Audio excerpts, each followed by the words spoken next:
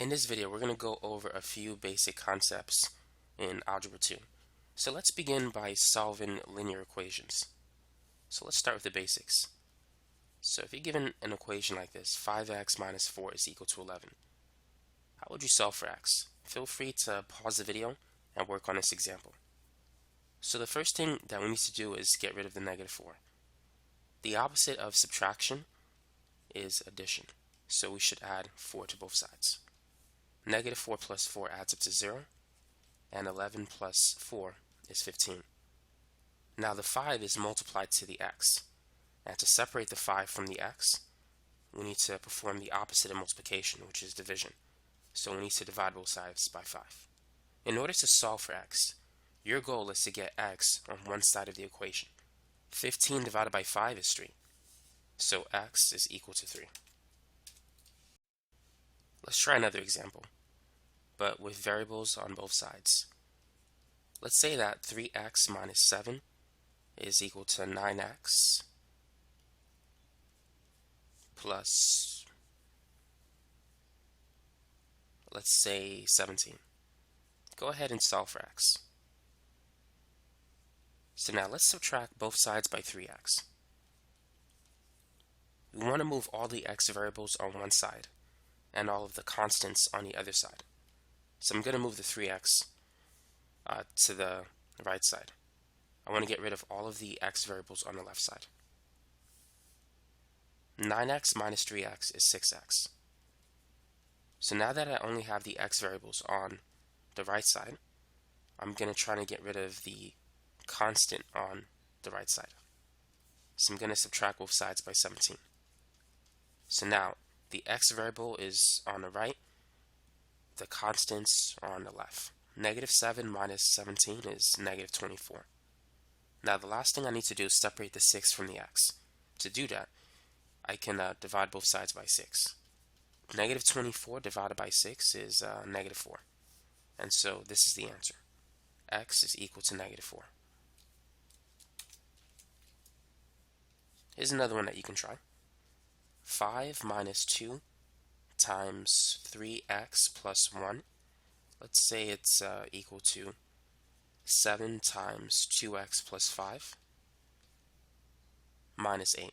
Go ahead and try that example. Now the first thing that we should do is distribute the negative 2 to 3x plus 1 and also 7 to 2x plus 5. Negative 2 times 3x is equal to negative 6x. And negative 2 times 1 is equal to negative 2. Now let's distribute the 7. 7 times 2x is 14x, and 7 times 5 is 35. Now let's combine like terms. On the left side, we can add 5 and negative 2. 5 plus negative 2, which is the same as 5 minus 2, is equal to 3. And on the right side, 35 minus 8 is 27. Now, what should we do next at this point? The next thing we should do is combine the x variables. Let's add 6x to both sides so that these two will cancel. And so we have 3 is equal to 14 plus 6, that's 20. 20x and plus 27. So now we need to take the 27 and move it to this side. And we can do that by subtracting both sides by 27. So let's go ahead and get rid of some things on top. So these two will cancel. 3 minus 27 is equal to negative 24. So the last thing we need to do is divide both sides by 20. So x is equal to negative 24 divided by 20. Now we have a fraction, but it looks like we can reduce it. Both numbers, 20 and 24, are divisible by 4. So let's divide each number by 4. Negative 24 divided by 4 is negative 6. 20 divided by 4 is 5. So the answer in reduced form is -6/5. So that's it. Consider this equation. 2 over 3x minus 5 is equal to 3. How can we solve for x if we have a fraction in the equation? What would you do? Well, the first thing that we can do is add 5 to both sides. Let's begin by combining like terms. So 3 plus 5 is simply equal to 8. Now what can we do at this point? To get rid of the fraction, multiply both sides by the denominator of the fraction, that is, by 3. If we do so, on the left side, the 3's will cancel. 3 divided by 3 is 1. So we'll be left over with 2x. On the right side, it's simply 8 times 3, which is 24. Now the last thing that we need to do is divide by 2. 24 divided by 2 is 12. So therefore x is equal to 12. And that's it. That's all we got to do for that problem. Let's try another example with fractions. So let's say that 1/2 x minus 1/3 is equal to 4. What can we do in this example? So take a minute and try this one. If you have multiple fractions, it might be convenient to multiply both sides by the common denominator. What is the common denominator of 2 and 3? Well, what is the least common multiple of 2 and 3? If you're not sure, multiply 2 and 3. 2 times 3 is 6, so let's go with 6. So everything in this equation we need to multiply by 6. So what is 6 times 1/2? 6 times 1/2 is the same as 6 divided by 2, which is 3. So this is going to be 3x. Now if we multiply 6 by negative 1/3, 6 divided by 3 is 2, so 6 times negative 1/3 is negative 2. And finally, 6 times 4 is equal to 24. So now this equation is in a form that we can manage. So let's add 2 to both sides.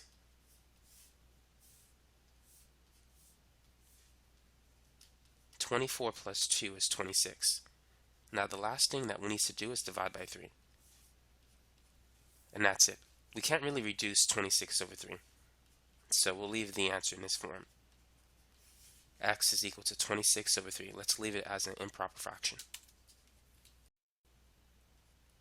Let's try another example.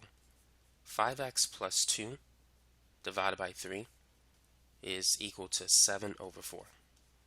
Now, if you have two fractions separated by an equal sign, what can we do to solve for x? In a situation like this, you can cross multiply. 3 times 7 is 21, and we need to multiply 4 by 5x plus 2. So we need to distribute the 4 to the 5x plus 2. 4 times 5x is 20x. 4 times 2 is 8.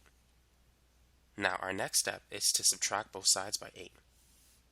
21 minus 8 is 13. Now the last thing that we need to do is divide by 20. And as we can see, x is 13 over 20. And that's the answer. Now let's go over inequalities and how to graph them on a number line. So how would you graph this particular inequality? If x is greater than 3, how would you graph it on a number line? So here's 0, here's 1, 2, 3. So if x is greater than 3 but not equal to 3, you need to use an open circle. If it's greater than and equal to 3, you need to use a closed circle. Greater than 3, we need to shade towards the right. The numbers to the right are larger than 3.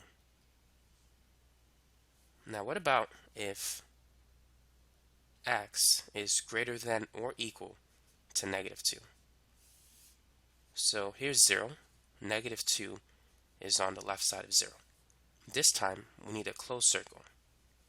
And because x is greater than or equal to it, we need to shade towards the right. If it was less than, we would have to shade towards the left.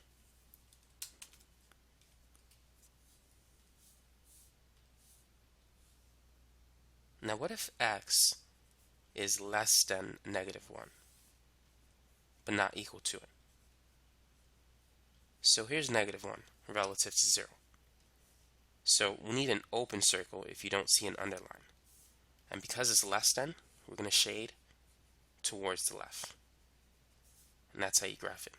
And let's try one more example. What if x is less than or equal to 5? So 5 is to the right of 0. And because we see the underlined symbol, we're going to use a closed circle as opposed to an open circle. And so we're going to shade this way. By the way, how can we represent the answer using interval notation? Let's talk about that. All the way to the left, we have the symbol negative infinity. To the right, infinity. So in interval notation, you can represent the shaded region as being from negative infinity to negative 1. It starts from the left, which is here, and it stops at negative 1.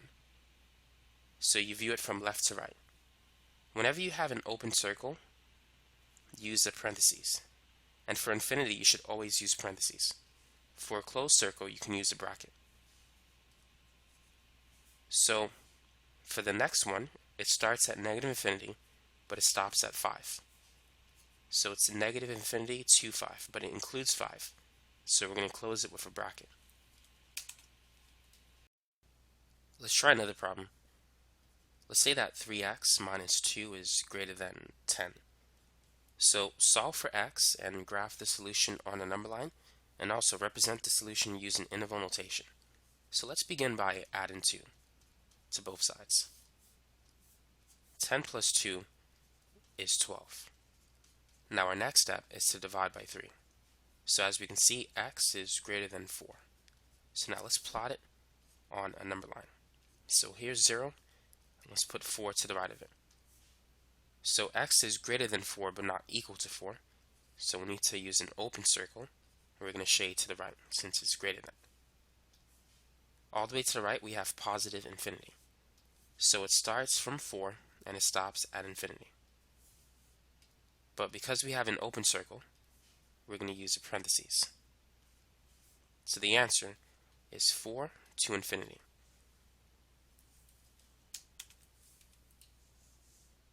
Let's try another example. Go ahead and solve for x. So let's begin by subtracting both sides by 5. 7 minus 5 is positive 2. Now to get x by itself, we need to divide by negative 2. And whenever you multiply or divide by a negative number, you need to know that the inequality changes sign. It was less than or equal to, now it's greater than or equal to. 2 divided by negative 2 is negative 1. So now let's plot it. So negative 1 is to the left of 0, and x is equal to or greater than, so we need a closed circle, and we need to shade it towards the right. So here we have infinity, so it's going to be from negative 1 to infinity. So this is the answer in interval notation, and make sure you use a bracket whenever you have a closed circle. Now what if we have two inequalities? Let's say the first one is 2x plus 5, and it's less than or equal to negative 1. Or we have this expression, 3x plus 1 is greater than 10. Go ahead and solve for the x value, and also graph it on a number line. So let's start with the first one. Let's begin by subtracting both sides by negative 5, or just by 5. Those two will cancel, and we know 1 minus 5 is negative 6. Next, let's divide by 2. So x is less than or equal to negative 3. Now let's work on the second inequality. Let's begin by subtracting both sides by 1. 10 minus 1 is 9, and now let's divide by 3. So x is greater than 3. So now let's plot the two inequalities on a number line. So the first one, x is greater than 3, we need an open circle, and we're going to shade towards the right. For the next one, x is less than or equal to negative 3, So we need a closed circle, and we're going to shade towards left. So all the way to the left, we have negative infinity, and to the right, we have positive infinity. So here's how we can represent the answer using interval notation. So starting from left to right, it's going to be negative infinity, comma, negative 3 with a bracket since we have a closed circle, and then union, and now we're going to jump to the next region, 3, comma, infinity. So let me rewrite it above. So here's the solution in interval notation. Negative infinity to negative 3, that's the red section, and then union, the blue section, 3 to infinity.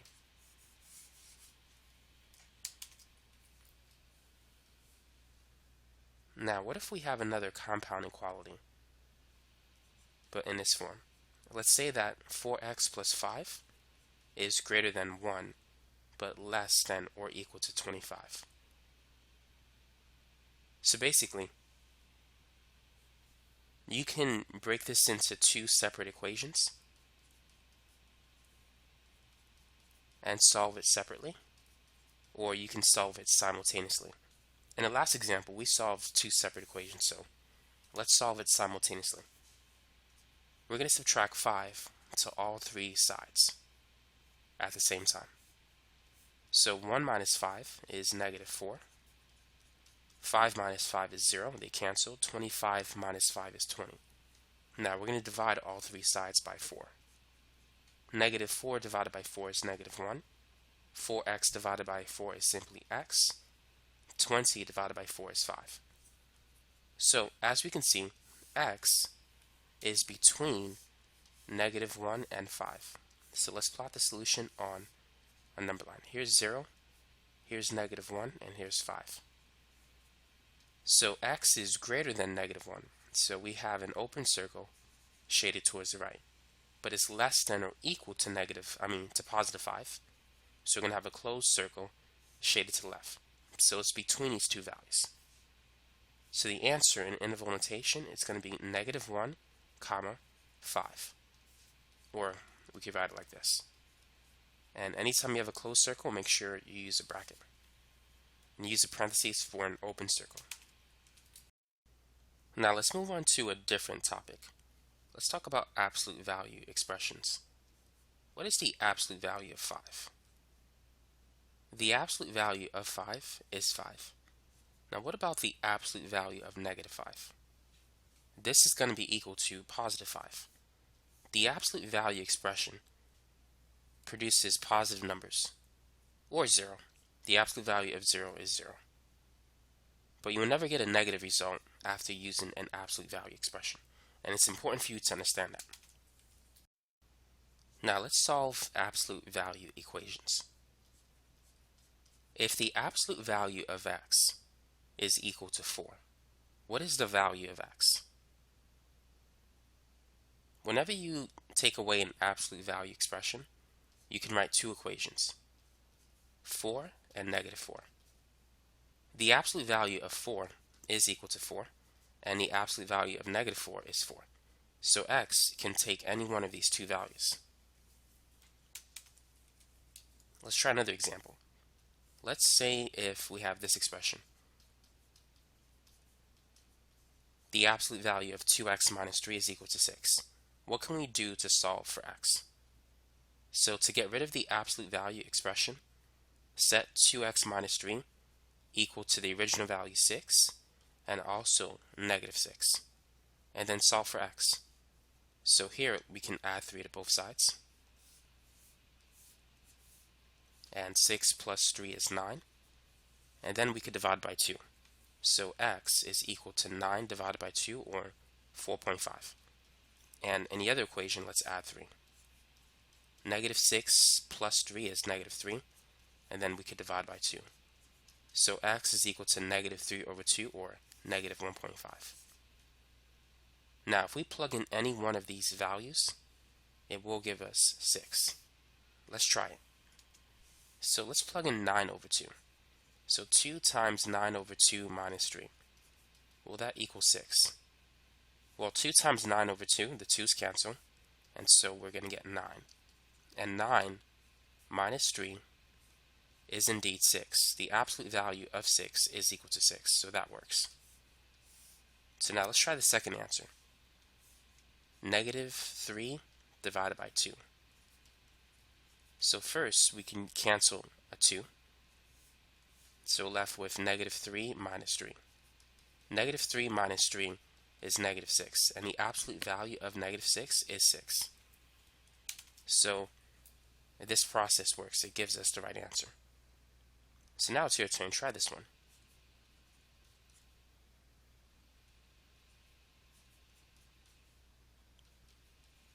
Now what you don't want to do at this point is write two equations making this 8 and negative 8. Before you do that, you need to get rid of the numbers on the outside of the absolute value. You want to move them towards the right side. So first, let's subtract 1 from both sides.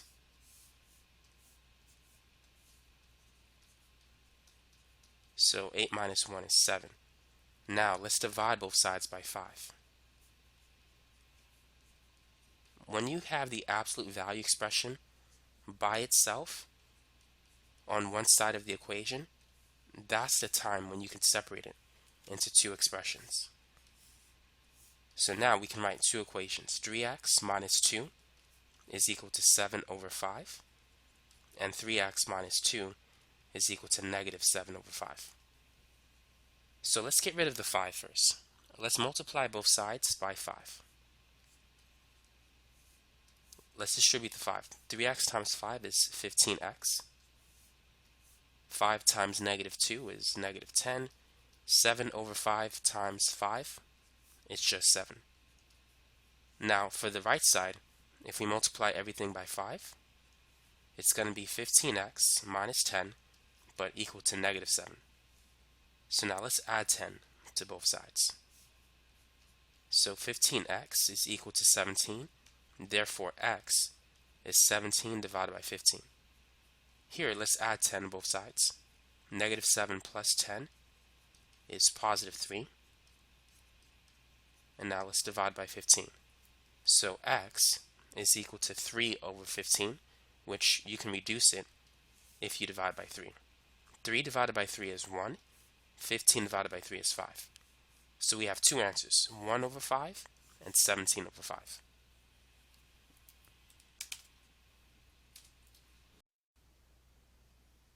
Let's try another example, but one that contains an absolute value expression along with an inequality. So what can we do for this particular problem? So like before, we can write two expressions. 3x minus 4 is greater than 7, and the other one, we need to change the sign of the inequality and also add a negative to the 7. So 3x minus 4 is less than negative 7. So now let's solve both equations. So let's begin by adding 4. 7 plus 4 is 11, and then we could divide by 3. So our first answer is x is greater than 11 over 3. 11 over 3 is about 3 over 3. I mean 3.3.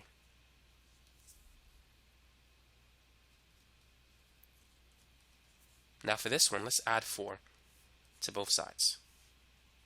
Negative 7 plus 4 is negative 3. And now let's divide by 3. So x is less than negative 1. So let's plot the solution on a number line. And then we could test the validity of the equation. So x is greater than 3.3. Here's 0. And it's less than negative 1. So if it's less than negative 1, we're going to have an open circle shaded towards the left. And if it's greater than 3.3, we're going to have an open circle shaded towards the right. So in interval notation, we can represent the answer as being negative infinity to negative 1 union 3.3 to infinity. So you can write it like this. So the equation should work if we plug in any number in these two regions. So let's try it. Let's pick a number that's less than negative 1. Let's try negative 2.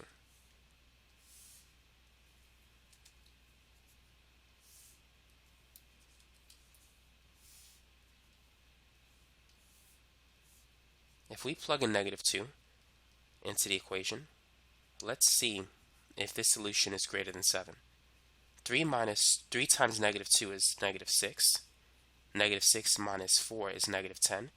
The absolute value of -10 is 10, and 10 is greater than 7, so it works. Now let's try an answer in this region. Let's try 4.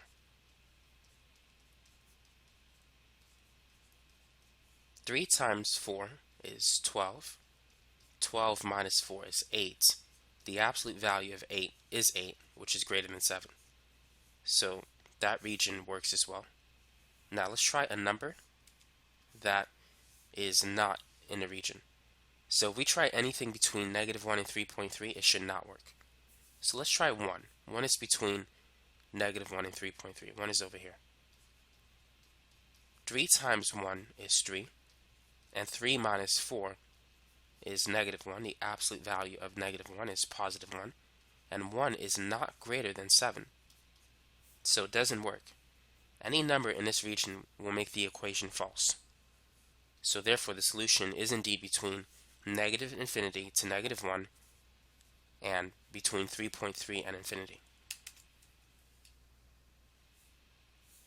So here's the last example in terms of solving absolute value equations and inequalities. Try this one.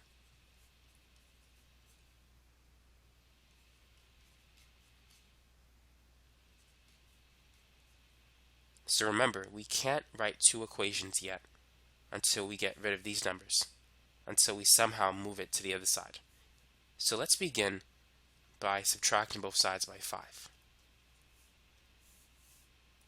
5 minus 5 cancels, that's 0. And so we have -3 times the absolute value of 6 minus 2x. -16 minus 5 is -21. By the way, for each of these examples, before I begin solving it, you should pause the video and try to work it yourself. It's going to be helpful if you do the problems yourself. That's the best way to learn. Now our next step is to divide both sides by -3. Anytime you multiply or divide by a negative number, the inequality changes sign. So instead of being less than or equal to, it's now greater than or equal to, in this case, +7. 21 divided by 3 is 7, and the two negative signs will cancel.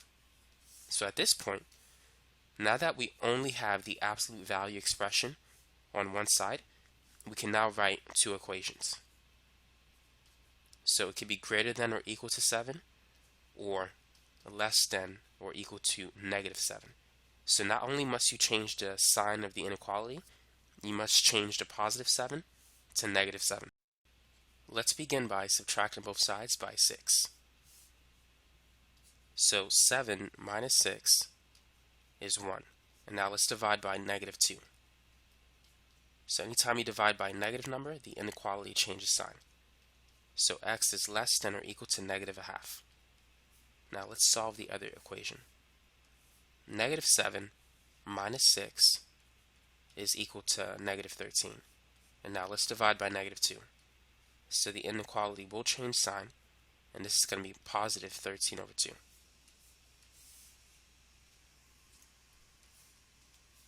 So let's write it in terms of decimal values. -0.5, well, -1/2 is -0.5, and 13/2 is basically +6.5. Now let's plot the solution on a number line.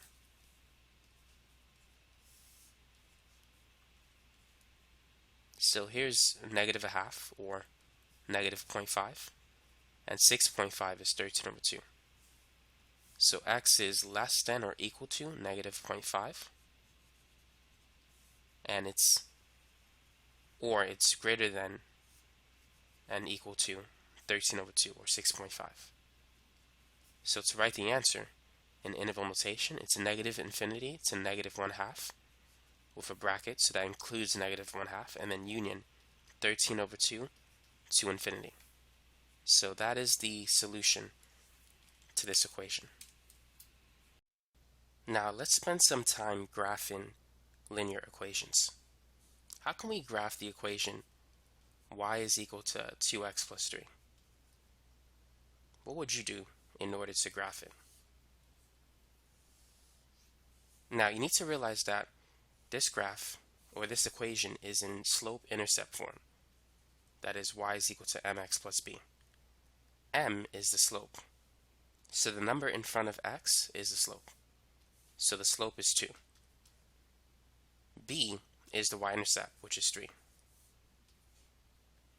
So the first thing that we're going to do is plot the y-intercept. Actually, let's change the equation to 2x minus 3 instead of 2x plus 3. So in this case, b is negative 3.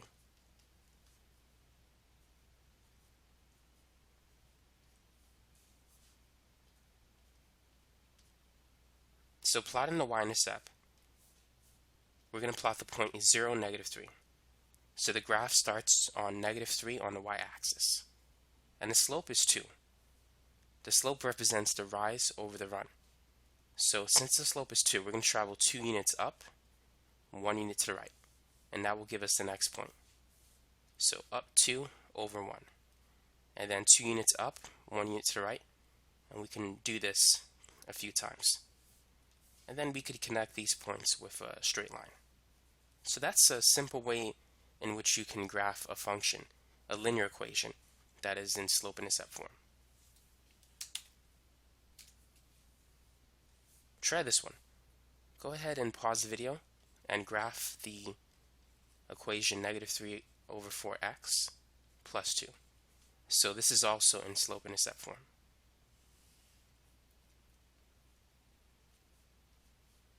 So first, identify the slope and the y-intercept. So the slope is negative 3 over 4. The y-intercept is 2. So we're going to start at positive 2 on the y-axis. To get the next point, we can use the fact that the slope is equal to the rise over the run. So the rise is negative 3. That means we're going to go down 3 units. And the run is 4, so we're going to travel 4 units to the right. So the next point is going to have an x value of 4, but a y value of negative 1. And then you can simply connect those 2 points with a line. And so that's how you can graph this equation. Now, what if we have a linear equation that is in standard form? How can we graph it now? What would you do to graph it? Standard form is ax plus by is equal to c. The best way to solve it in standard form is by finding the x-intercept and the y-intercept. To find the x-intercept, replace y with 0. So 3 times 0 is simply 0. So 2x is equal to 6. If we divide both sides by 2, 6 divided by 2 is 3. So the x-intercept is 3, 0. So we can plot that point on the graph. Now let's find the y-intercept. So let's replace x with 0. 2 times 0 is 0. So therefore 3y is equal to 6. And 6 divided by 3 is 2. So the y-intercept is 0, 2, which is here. And then all you need to do is really just connect these 2 points with a line. And that's how you can graph a linear equation in standard form. Now, for the sake of practice, let's try another example. So go ahead and try this one. Find the x and y intercepts, plot them on a graph, and then connect the 2 points with a line.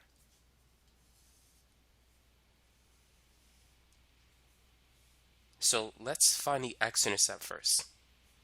This is going to disappear. 4 times 0 is just 0. So 3x will equal 12, and 12 divided by 3 is 4. So the x-intercept is 4, 0. Now to find the y-intercept, replace x with 0.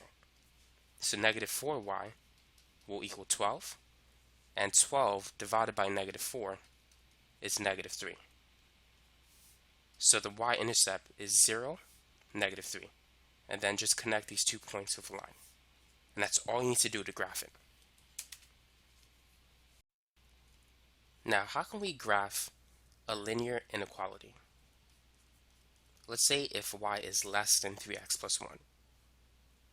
Well, since it's in slope-intercept form, let's find a slope and a y-intercept and graph it that way. The slope is the number in front of x. The slope is 3. The y-intercept is 1. So let's plot the y-intercept first. So it's at +1.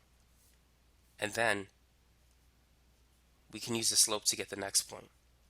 So the slope is 3. That means the rise is 3 and the run is 1. If we have a slope of 3, it's the same as 3 over 1. So as we travel 1 unit to the right, we need to go up 3 units, which will take us to the next point, 1, 4.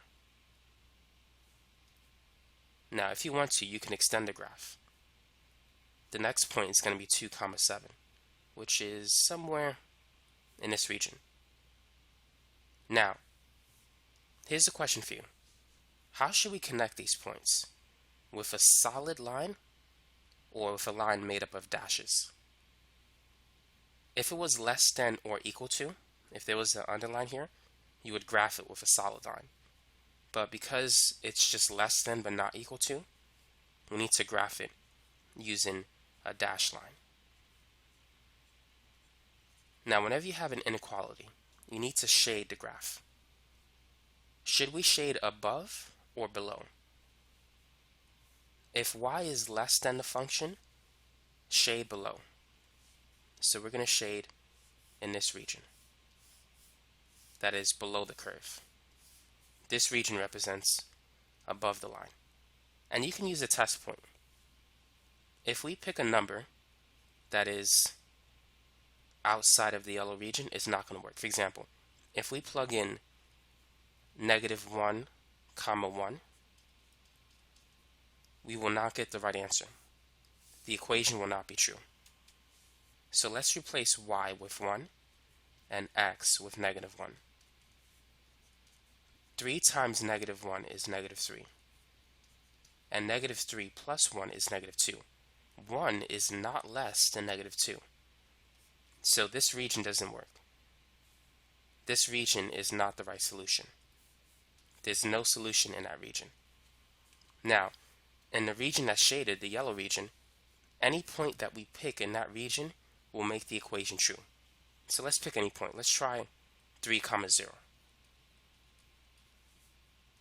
So let's replace y with 0 and x with 3. 3 times 3 is 9. 9 plus 1 is 10. 0 is less than 10, or 10 is greater than 0. So this statement is true. So this is the correct region to shade.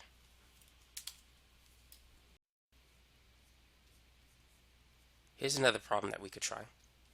Go ahead and graph this linear equality.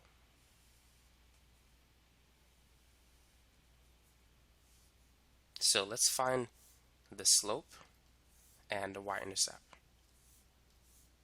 So the slope is always the number in front of x, and the y-intercept in this problem is 5. So let's plot the y-intercept first. So it's at 0, 5.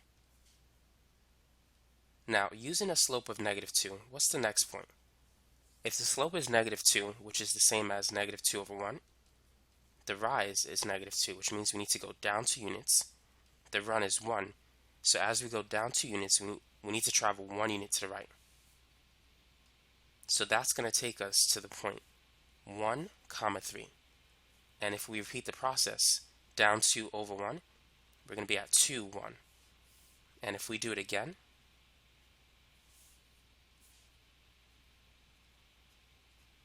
it's going to take us to 3, -1, which is somewhere in that region, and then 4, -3.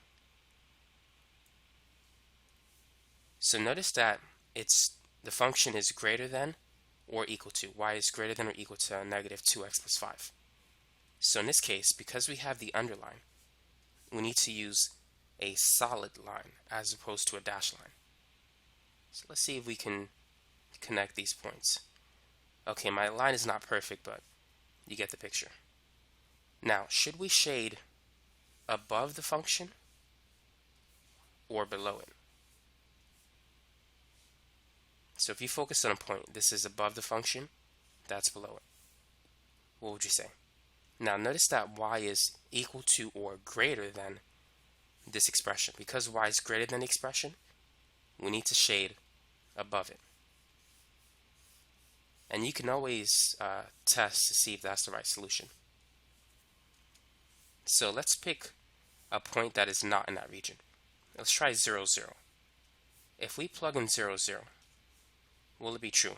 Let's replace y with 0 and x with 0. Negative 2 times 0 is 0. 0 plus 5 is 5. 0 is not greater than 5. So 0, 0 should not be shaded. Now let's pick any point in this region. So let's pick a random point. Let's say 4, 3. Let's replace y with 3 and x with 4. So negative 2 times 4 is negative 8. Negative 8 plus 5 is negative 3. 3 is greater than negative 3. So this is the appropriate region to shade. Now let's spend some time talking about how to graph absolute value functions. The absolute value of x, the parent function, looks like this. It's basically a V shape centered at the origin. Now we're going to talk about transformations. What's going to happen if we put a negative sign outside of the absolute value function? What do you think is going to happen to the shape of the graph? This graph is going to reflect over the x-axis. So it's going to open downward as opposed to upward. Now what about this one? Let's say if we have the absolute value of x plus 2. What do you think the shape of the graph looks like? And what is the transformation? If you set the inside equal to 0 and if you solve for x, x is negative 2. What this tells us is that the graph is going to shift 2 units to the left. And it's going to open upward. So it's going to look like this. Likewise, if we have a graph that looks like this, let's say it's x minus 3 with a negative on the outside, it's going to be shifted 3 units to the right. If you set the inside equal to 0, x is equal to 3. So the new origin is at 3, 0. And because of the negative sign in front, it's going to open downward. And the slope is going to be 1. The slope is positive 1 on the left side, negative 1 on the right side. Now what about this example? The absolute value of x plus 1. So in this case, it's going to shift 1 unit up. So it's going to start at 0, 1, and then it's going to open upward. So the graph will look like that. And here's another example. Let's say if we have the absolute value of x minus 3 plus 2. What's going to happen in this case? So the graph is going to shift 3 units to the right, and then it's going to shift up 2 units. So it's going to be at 3, 2, and since we have a positive sign, it's going to open this way. But now let's work on a similar example, but we're going to graph it with more care. Because so far, all we've done is just we drew a rough sketch. But let's draw a more accurate graph. So let's say if we have x plus 2 minus 3. Let's use a table just for this example. Sometimes you may have a teacher that may want you to graph using a table. In a situation like this, focus on the x-coordinate of the vertex. If you set the inside equal to 0, you'll know that x is equal to negative 2. So that's going to be your center x value. Now what I would recommend is plug in 2 points to the right of x, or to the right of negative 2, which are negative 1 and 0, and 2 points to the left. And then find the y value of each of these points. The vertex is at negative 2, 3. Negative 3. based on this number. If you replace x with -2, y will be equal to -3. Now, if we replace x with -1, y is going to equal -2. The line of symmetry is that x equals -2. That's where the vertex is, which means that -3 and -1 will have the same y value. If we replace x with -3, -3 plus 2 is -1. The absolute value of -1 is 1. 1 minus 3 is -2. So as you can see, these two share the same value. The same is true for these two. And that's why you want to center your table around the vertex. You only need to find half of the points.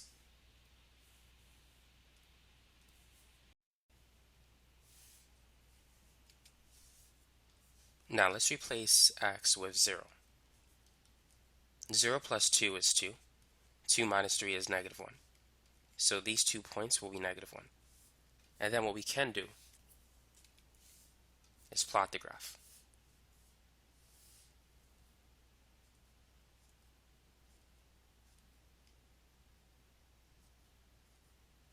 So the first point, the vertex, is at -2, -3, which is here. And the slope, which is the number in front of x, is 1. So because the slope is 1, we can travel 1 unit to the right and 1 unit up. That's going to take us to the point -1, -2. And we can go 1 unit to the right, 1 unit up. That's going to take us to the point 0, -1. And from the vertex, we can go 1 unit to the left, up 1. That will give us the next point, which is -3, -2. And then if we go 1 unit to the left, 1 unit up 1, it'll give us the next point, which is this. So if there's a 1 in front of x, once you get the first point, just travel with a slope of 1 to the left side and to the right side. And this will give you an accurate function or graph. So with that in mind, go ahead and graph this function using transformations. You can use a table if you want to. Whichever method is convenient for you, go ahead and use that. Now, the x minus 1 tells us that the graph will shift 1 unit to the right, and then plus 3 is going to shift up 3 units. So the vertex is at, actually, let's change it. Let's make it -3. I'm not going to have much space up here. So the graph shifts 3 units down now. So it's at 1, -3. Now the slope is 2. So as we travel 1 unit to the right, we need to go up 2 units. So the next point is going to be 2, -1. And if we repeat the process, 1 to the right up 2, it's going to be 3, 1. And then the left side is going to be the same as the right side. So if we travel 1 to the left, we need to go up 2 units. So this will take us to 0, -1. And then if we repeat the process, -1, 1. And then we can graph it.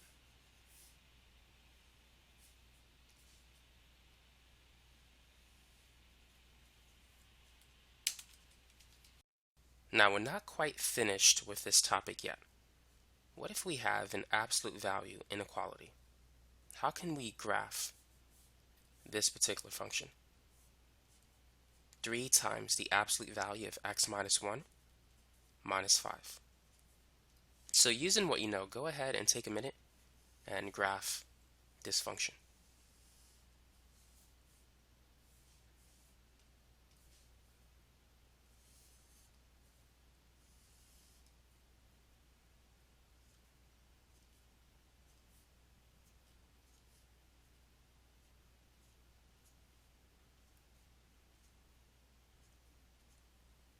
So what is the vertex? The graph shifts 1 unit to the right and down 5. So the vertex is 1, 5. actually 1, negative 5. So it's right here. The slope, the number in front of x, is 3. So as we travel 1 unit to the right, we need to go up 3 units. So that will take us to the next point, 2 comma negative 2, which is over here. And then whatever you do to the right side, you must also do to the left side. So if you travel 1 unit to the left, you need to go up 3 units. So it's going to be here. And then another unit to the right, up 3. That's going to take us to the point 3 comma 1. And then 1 to the left, up 3, negative 1 comma 1. Now, this is greater than, but not equal to. So we need to graph it using dashed lines. Let's do the same for this side. So that's how you can graph this particular function. Now we need to know where to shade it.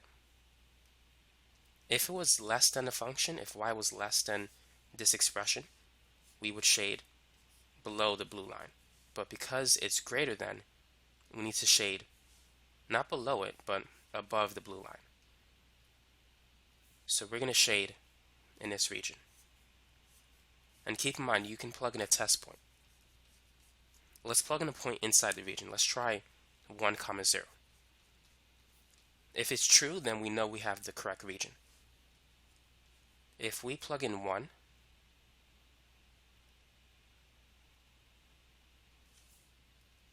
we need to replace y with 0 and replace x with 1. 1 minus 1 is 0. 3 times 0 is 0. 0 minus 5 is negative 5. 0 is greater than negative 5. On a number line, here's 0, negative 5 is to the left of 0. The numbers to the right are greater than the numbers to the left. So this is true, which means we have the correct shaded region. Now, before we finish with this problem, I have one more question for you. What is the axis of symmetry? We have the vertex. What is the axis of symmetry? The axis of symmetry is basically a vertical line. And it's a vertical line that passes through the vertex, which is this point right here. So, whenever you need to find the axis of symmetry, it's simply the x value of the vertex. So it's x is equal to 1, and you want to write it like this. Now there's two other things that you need to know how to graph. How can you graph these two equations, x equals 2 and y equals 3? Go ahead, take a minute, pause the video, and think about it. How can we graph those two equations? To graph x equals 2, simply draw a line, a vertical line at x equals 2. To draw the line y equals 3, it's going to be a horizontal line at a y value of 3. At any point in this line, y is always 3. And at any point in this vertical line, x is always 2. Next topic, how to find the slope between 2 points. So consider the points 2 comma 1 and also 4 comma 6. How can we find the slope between these 2 points? Here's the formula that you need. The slope is basically y2 minus y1 divided by x2 minus x1. It's the change in the y values divided by the change in the x values. Now we're going to say that x1 is 2 and x2 is 1. I take that back. That's supposed to be y1. x2 is 4. Y2 is 6. So now all we need to do is plug it into the equation. So y2 is 6, y1 is 1, x2 is 4, x1 is 2. So it's going to be 6 minus 1, which is 5, 4 minus 2, which is 2. And that's it. So the slope is 5 over 2. Let's try another example. Calculate the slope between these 2 points. -3 comma 2 and also 1 comma -5. go ahead and pause the video and work on this example. So let's write the formula first. y2 minus y1 divided by x2 minus x1. So this is going to be x1, y1, and x2, and y2. So it's negative 5 minus positive 2 divided by 1 minus negative 3. Negative 5 minus 2 is negative 7. 1 minus 3 is the same as 1 plus 3, which is 4. So it's negative 7 over 4. Whenever you have two negative signs next to each other, you can make it into a positive sign. A negative times a negative is a positive number. Now, what about if we have 2 points, but with fractions? How can we find a slope between the 2 points? So we're going to use the same exact formula. So we're going to define this as x1, y1, x2, and y2. Now this example might require more work, but the process is very similar. So y2 is negative 1/4, y1 is negative 2/3, x2 is 1/2, x1 is 1/3. So we can change these two negative signs into a positive sign. So let's go ahead and do that first. Now what can we do to simplify this process? Now one thing you can do is you can get common denominators and add their two fractions. But personally, I think that's more work. You'll get the right answer, but it's just going to take more time. What I would prefer to do is to multiply the top and the bottom by the common multiple of 2, 3, and 4. So we can clear away every fraction. So this expression is known as a complex fraction. Whenever you have it, multiply the top and bottom by the common denominator or the least common multiple of all the denominators that you see here. So what is the least common multiple of 2, 3, and 4? Multiples of 2 are 2, 4, 6, 8, 10, 12, 14, so forth. Multiples of 3 are 3, 6, 9, 12, 15, and so forth. Multiples of 4 are 4, 8, 12, 16. If you notice, 12 is the least common multiple. It's common between all three numbers, 2, 3, and 4, and it's the lowest. That's found in all three. So let's multiply everything by 12, top and bottom. So what is 12 times negative 1/4, or 12 divided by negative 4? So that's going to equal negative 3. Now what about 12 times 2/3? There's two ways you can do that. You can multiply 12 by 2 and then divide by 3, or you can divide first and then multiply. 12 times 2 is 24. 24 divided by 3 is 8. Or you can say 12 divided by 3 is 4. 4 times 2 is 8. Next, we have 12 times a half. Half of 12 is 6. And then 12 times negative 1/3, or 12 divided by negative 3, which is negative 4. Negative 3 plus 8 is 5. 6 minus 4 is 2. And that's it. The slope is 5 over 2.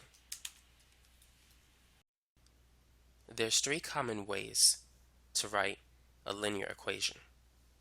3 forms that you need to be familiar with. The first one, which we mentioned before, is the slope-intercept form. Y is equal to mx plus b. M is the slope, b is the y-intercept. The next one is standard form. Ax plus by is equal to c. And there's a third form called the point-slope form. Y minus y1 is equal to m times x minus x1.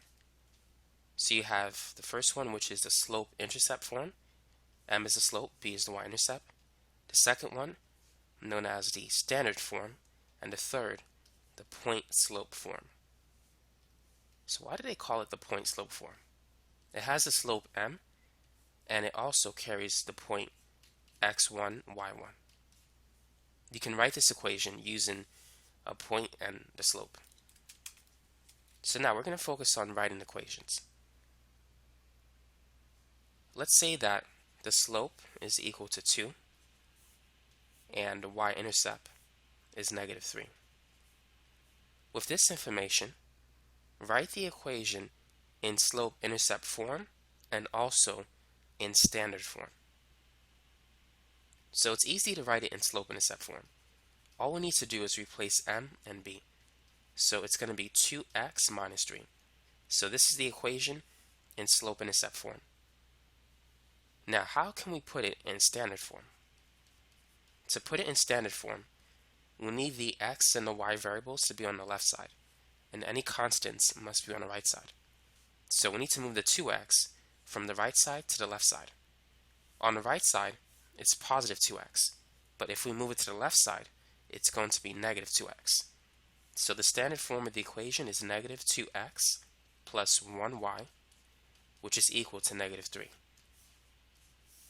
So to put it in standard form, just make sure x and y are both on the left side of the equation.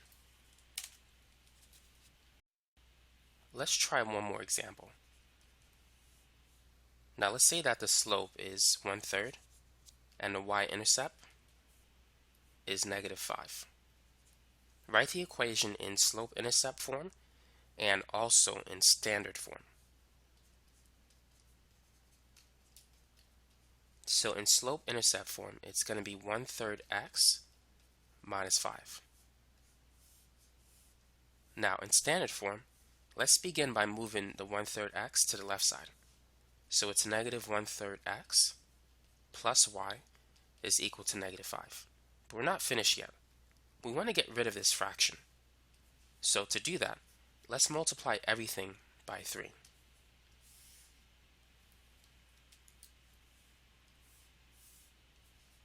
Three times negative 1/3 is -1. 3 times y is simply just 3y. And -5 times 3 is -15. So now we have the equation in standard form.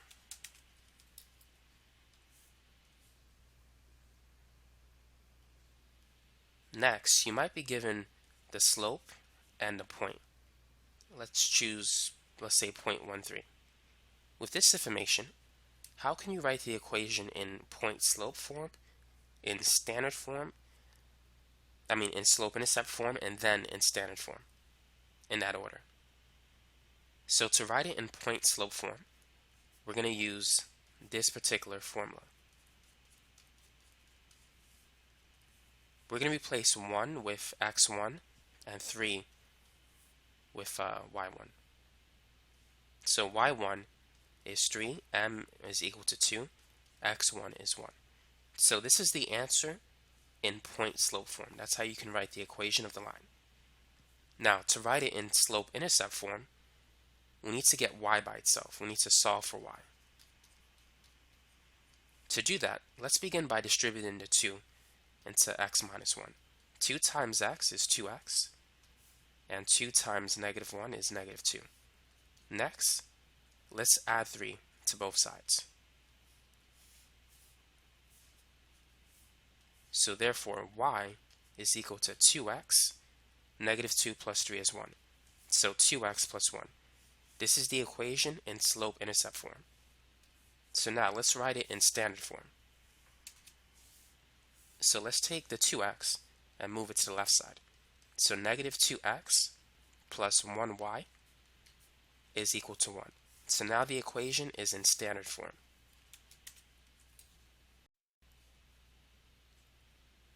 Let's try another one.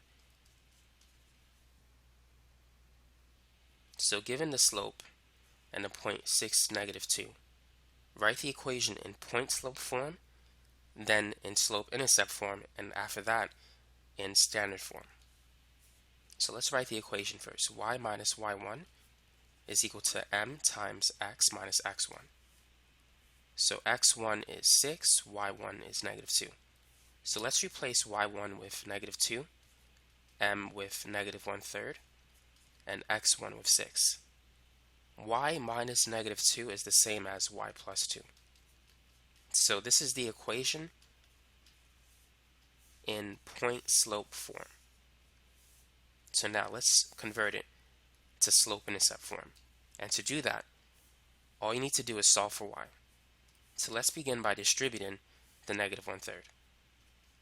So y plus 2 is equal to negative 1/3 x, and negative 1/3 times negative 6 is the same as negative 6 divided by negative 3, which is equal to positive 2.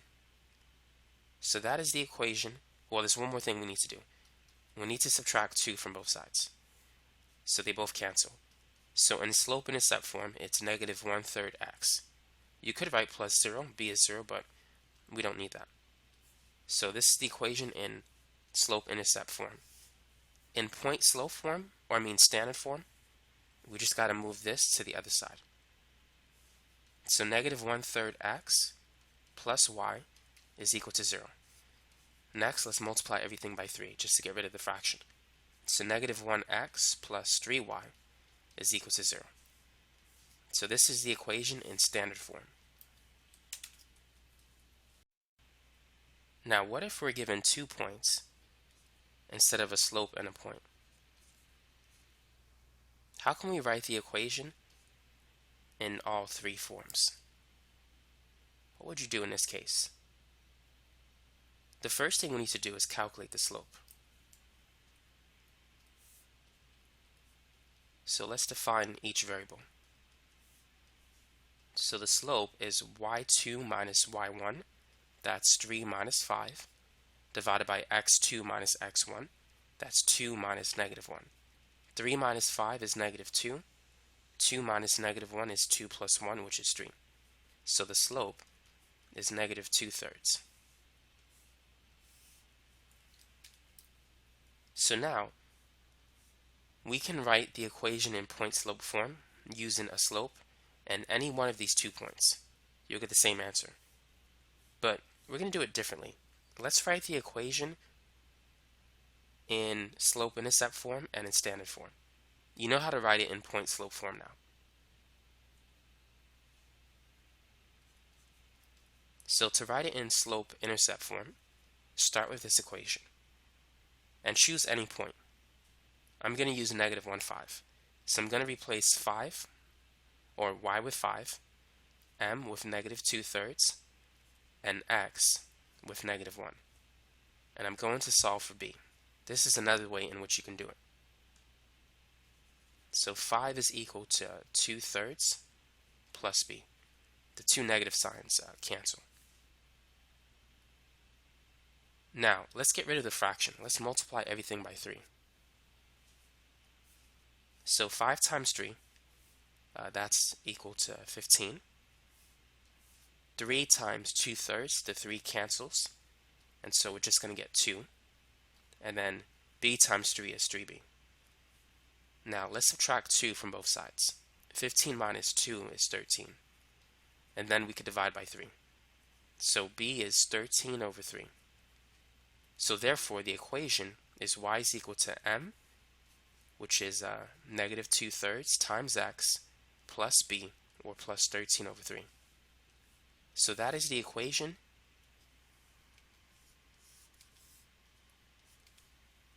in slope-intercept form. Now to put it in standard form, let's move this term to the other side. So it's going to change from negative to positive. Next, let's get rid of the fractions by multiplying everything by 3. So 2/3 times 3 is just 2. Y times 3 is 3y. 13 over 3 times 3 is 13. So this is the equation in standard form. Let's try another example. So consider the points 3, negative 1, and negative 2, 4. This time we're going to write the equation in point-slope form first, and then in slope-intercept form, followed by standard form. So let's calculate the slope. So let's define 3 as x1, negative 1 as y1, and this will be x2 and y2. So the slope is y2 minus y1, 4 minus negative 1, over x2 minus x1, which is negative 2 minus 3. 4 minus negative 1 is the same as 4 plus 1, which is 5. Negative 2 minus 3 is negative 5. 5 divided by negative 5 is 1. Negative 1. So that's the slope.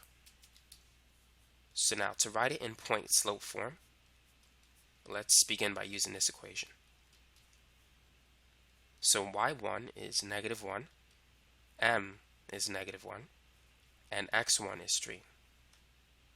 So y minus negative 1 is y plus 1. So this is the equation in point slope form.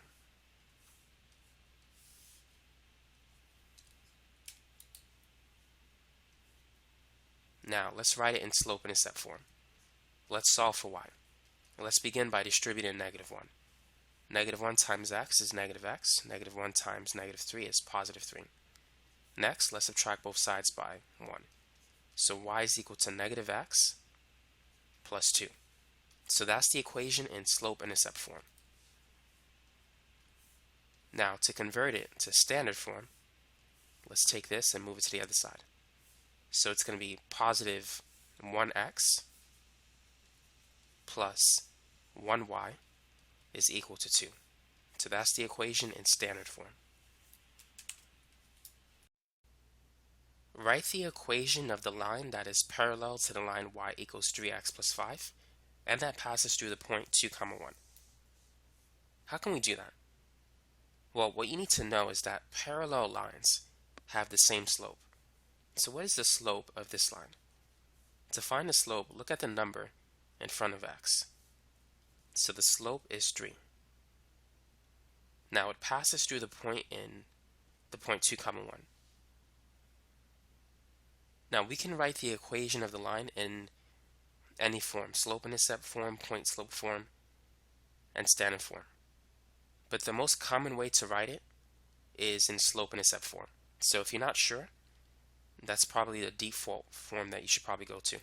So let's write it in slope-intercept form. So in this case, we're going to do it this way. We're going to use this equation and we're going to solve for b. So y is equal to 1, x is 2, m is 3. Let's calculate b. 3 times 2 is 6. Next, we need to subtract both sides by 6. 1 minus 6 is negative 5. So b is equal to negative 5. Therefore, the equation is y is equal to m, or 3, times x, plus b, or minus 5. So this is the equation of the line. Notice that they have the same slope, but the y-intercept is different. Write the equation of the line that is perpendicular to the line y equals negative 2 over 5x minus 4, and that passes through the point 10, negative 4. So how should we begin? What is the slope of this line? The slope of that line is negative 2 over 5. Now, what is the slope of the line that is perpendicular to it? A perpendicular line, let's say if this is line 1, the perpendicular line passes through line 1 at a right angle. That is at a 90-degree angle. But how can we find the slope of the perpendicular line? To find it, flip the fraction, so it's going to be 5 over 2 instead of 2 over 5, and change the sign from negative to positive. So that's the slope of the perpendicular line. And we know that it passes through the point 10, negative 4. So let's write the equation in slope-intercept form. So let's use this equation, and let's solve for b. So let's replace y with negative 4, m with positive 5 over 2, and x with 10. And let's solve for b. So 5 times 10 is 50. 50 divided by 2 is 25. And now let's subtract both sides by 25. So the equation is y is equal to 5 over 2x minus 29. As you can see, negative 4 minus 25 is negative 29. So that's our y-intercept value. And this is the equation in slope-intercept form.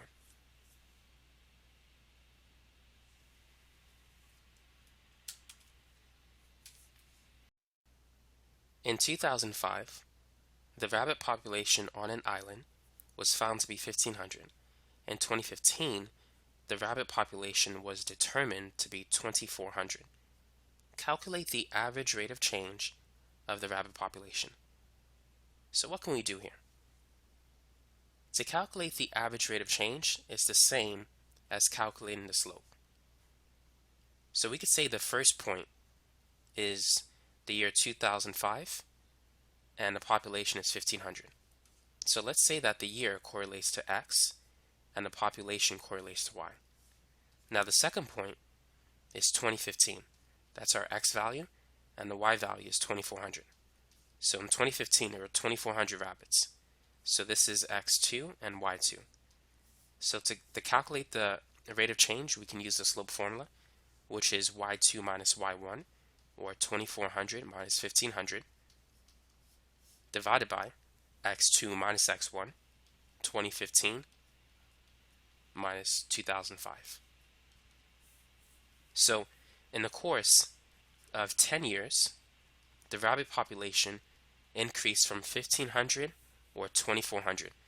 So it changed by positive 900. So if it changed by 900 in 10 years, then if we divide 900 by 10, the rabbit population is increasing by 90 per year. So every year, an average of 90 rabbits is being produced or something, or that's how much it's increasing. You have some rabbits that are dying, some that are being born, but the net change is 90. So that's the average rate of change. The population increases by 90 rabbits per year. So in 10 years, it increases by 900. In 100 years, at that same rate, it should increase by 9,000. Now let's briefly review some rules on exponents.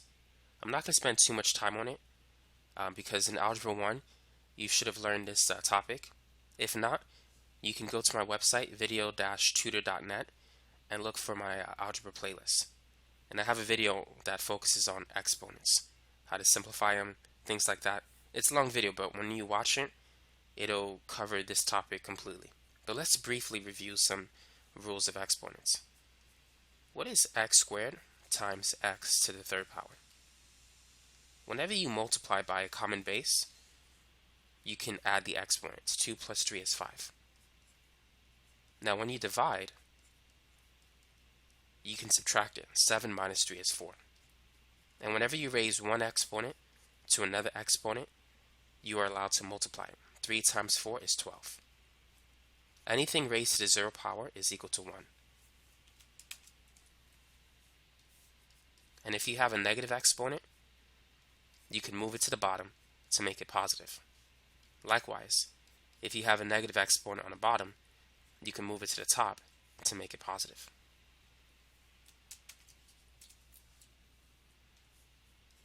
Now, if you have a fractional exponent, you can convert it to a radical.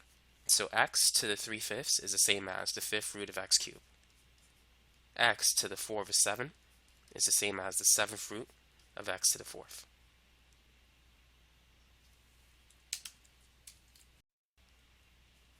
Now, how would you simplify 16 raised to the 3/4? Let's say if you have a number raised to a fractional exponent, what would you do? So feel free to take a minute and see if you can come up with the answer. Go ahead and pause the video. One thing you can do is type it in your calculator, and it's going to give you the answer. Another way you can do it is you can separate the 4 and the 3. This is equivalent to 16 raised to the 1/4 raised to the third power, because 1/4 times 3 is 3/4. So what is the 4th root of 16? What times what times what times what? 4 times is 16. 2 times 2 times 2 times 2 is 16. So the 4th root of 16 is 2. And 2 to the third power, that's 2 times 2 times 2 3 times, is equal to 8. So that's how you can simplify fractional exponents. Let's try another example. What is 8 raised to the 4/3? So this is the same as the cube root of 8 raised to the 4th power. The cube root of 8 is 2, and 2 to the 4th is 16.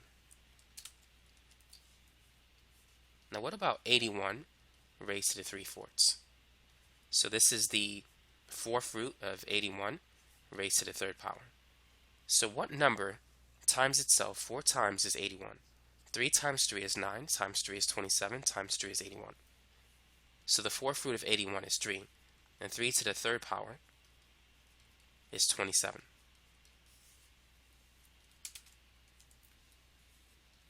Here's a question for you. What is 5 squared times 5 to the fourth?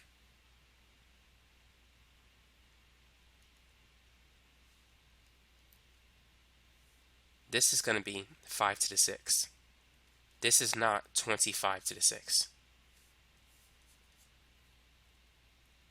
If the bases are the same, you can add the exponents.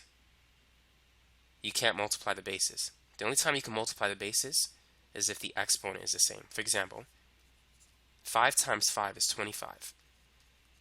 But what it really is 5 to the first power times 5 to the first power is 25 to the first power. So 3 to the fourth times 7 to the fourth is 21 to the fourth. So if you choose to multiply the bases, the exponent has to remain the same. And if you choose to add the exponents, the base has to remain the same. Something has to be the same, either the base or the exponent. Here, the exponent is the same, so we are allowed to multiply the bases. Try these examples.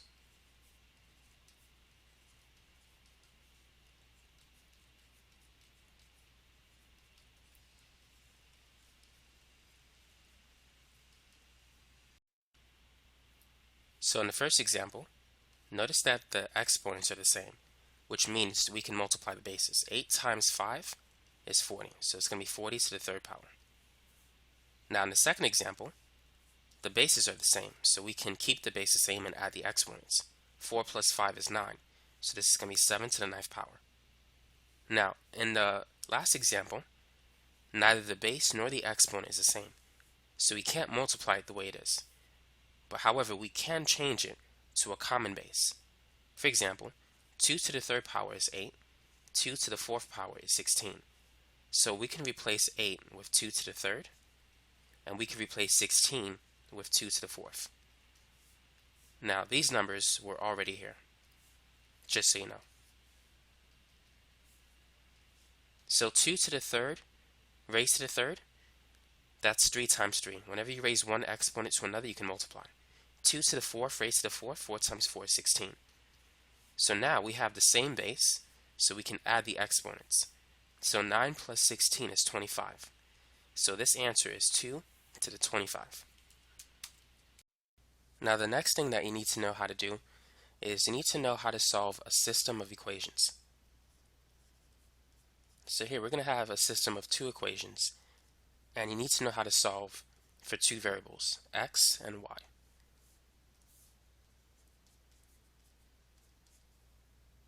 Now there's two methods that we're going to discuss, actually three: elimination, substitution, and solving it graphically. In this example, where x and y are lined up perfectly, the best method to use is the elimination method. Some textbooks may call it the addition method. So let's add the two equations. If we add them, notice that y and negative y cancels. 2x plus 3x is 5x. 4 plus 1 is 5. So if we divide both sides by 5, we can see x is equal to 1. Now once you have the value of x, plug it in to solve for y. Let's use the first equation. So 2 times 1 plus y is equal to 4. And if we subtract both sides by 2, 4 minus 2 is 2.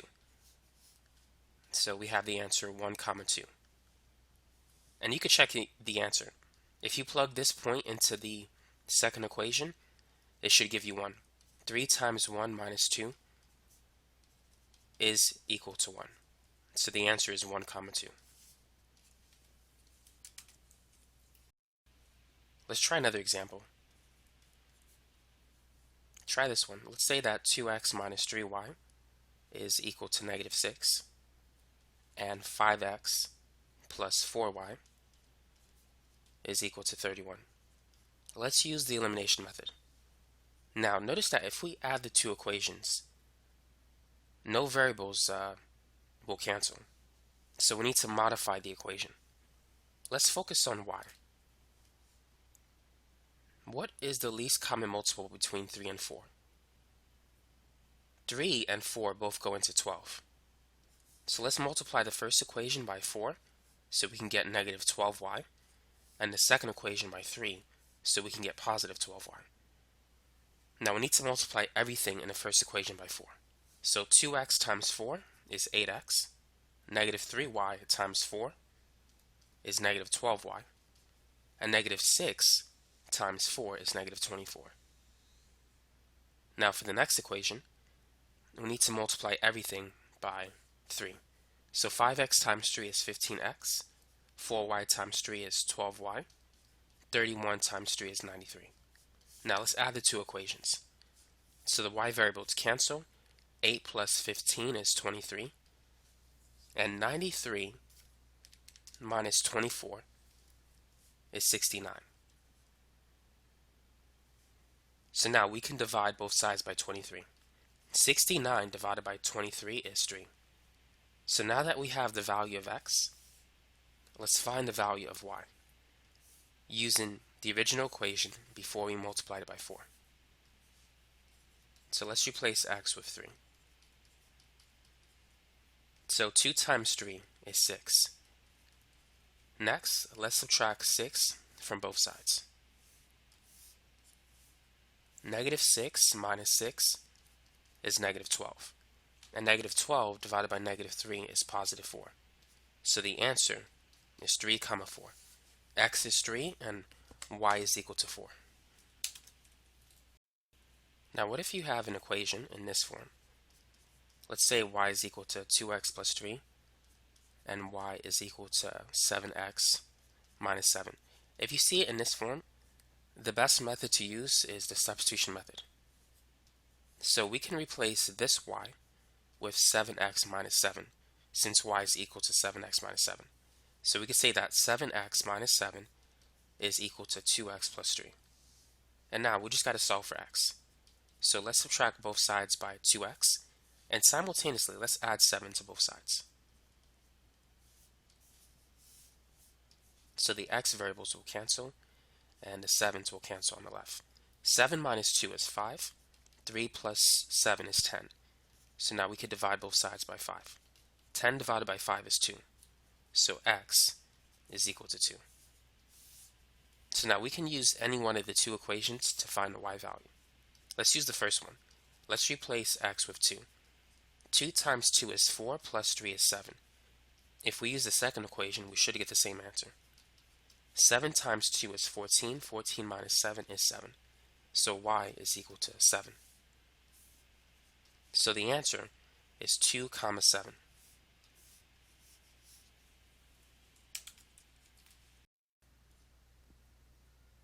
Now let's try another example. 2x plus 3y is equal to 14, and also y is equal to 5x minus 1. So if you see two equations written like this, do you think we should use the elimination method or the substitution method? Typically, if x and y are not aligned, it might be best to use the substitution method. Since we have this equation, which is equal to y, we can replace y with 5x minus 1. So therefore 2x plus 3 times 5x minus 1 is equal to 14. Now we can solve for x. Let's begin by distributing the 3. 3 times 5x is 15x, and 3 times negative 1 is negative 3. Next, let's add like terms. 2x plus 15x is 17x. And now let's add 3 to both sides. So 17x is equal to 17. And if we divide both sides by 17, we could see that x is equal to 1. Now once we have that value, we could take it and plug it into this. So y is going to be 5 times 1 minus 1. So that's 5 minus 1, which is 4. So we have the point 1, 4. To make sure that this answer is correct, let's plug in those values into this equation. So let's replace x with 1, and let's replace y with 4. And let's see if it's equal to 14. 2 times 1 is 2, 3 times 4 is 12, and 2 plus 12 is indeed equal to 14. So this is the right answer.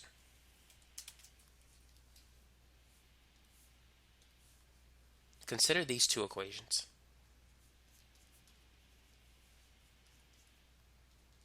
Now you can solve it using the substitution method, but what if you're told to solve it graphically?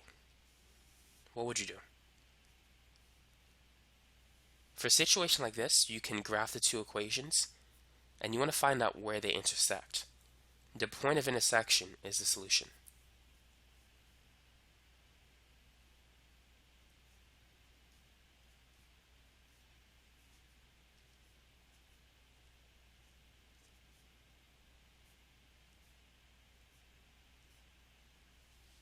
So let's start with the first graph.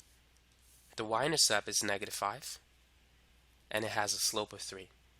So we need to go up 3 over 1 to get the next point.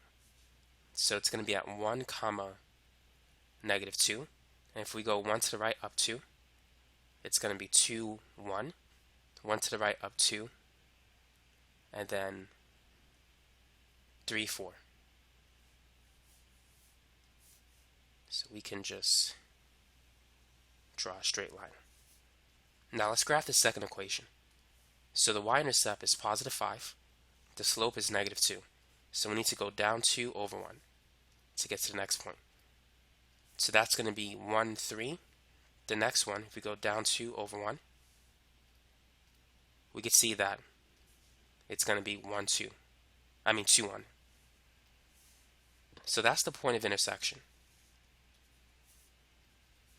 So the answer is 2, 1. And we could check it. Let's replace x with 2, and let's make sure that y is equal to 1 for both equations.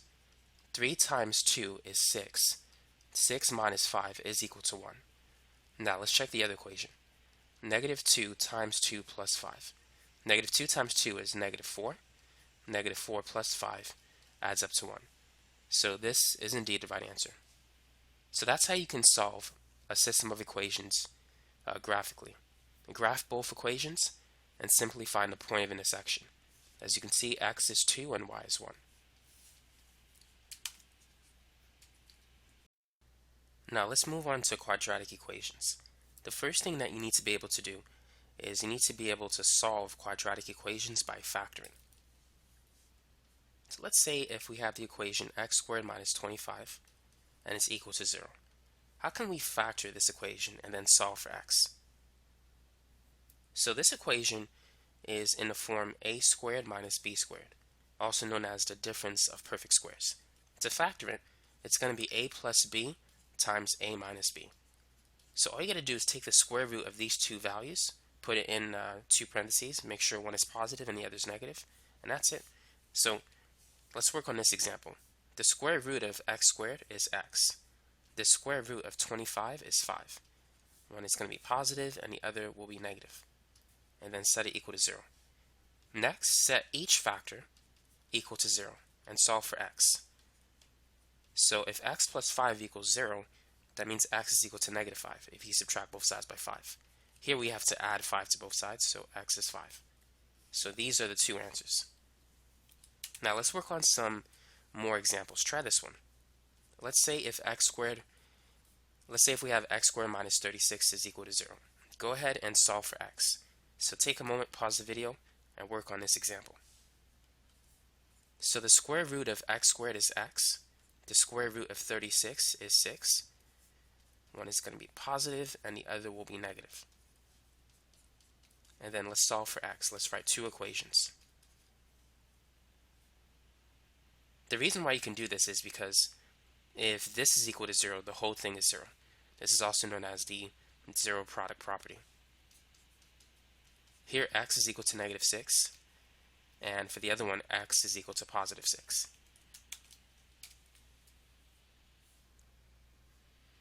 Now let's try some other examples that have more steps. Try this one. So what is the square root of 4x squared? The square root of 4 is 2. The square root of x squared is x. So the square root of 4x squared is 2x. The square root of 81 is 9. So this is going to be 2x plus 9, 2x minus 9. And then set each one equal to 0. So first, let's subtract both sides by 9. So 2x is equal to negative 9. And then let's divide by 2. So the first one is going to be negative 9 over 2. The other one has to be positive 9 over 2. And so these are the two solutions.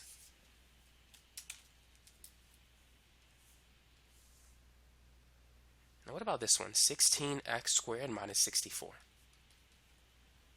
Now the first thing that we can do in this problem is we can take out the GCF, the greatest common factor. The greatest common factor between 16 and 64 is 16. 16x squared divided by 16 is x squared. 64 divided by 16 is 4. And so now we can factor it. So it's going to be x plus 2 times x minus 2. So x plus 2 is equal to 0. X minus 2 is equal to 0. So x is equal to positive 2. And for that one should be negative 2. I take that back. And x is equal to positive 2. So that's it for that problem. Try this one. 3x squared minus 75 is equal to 0.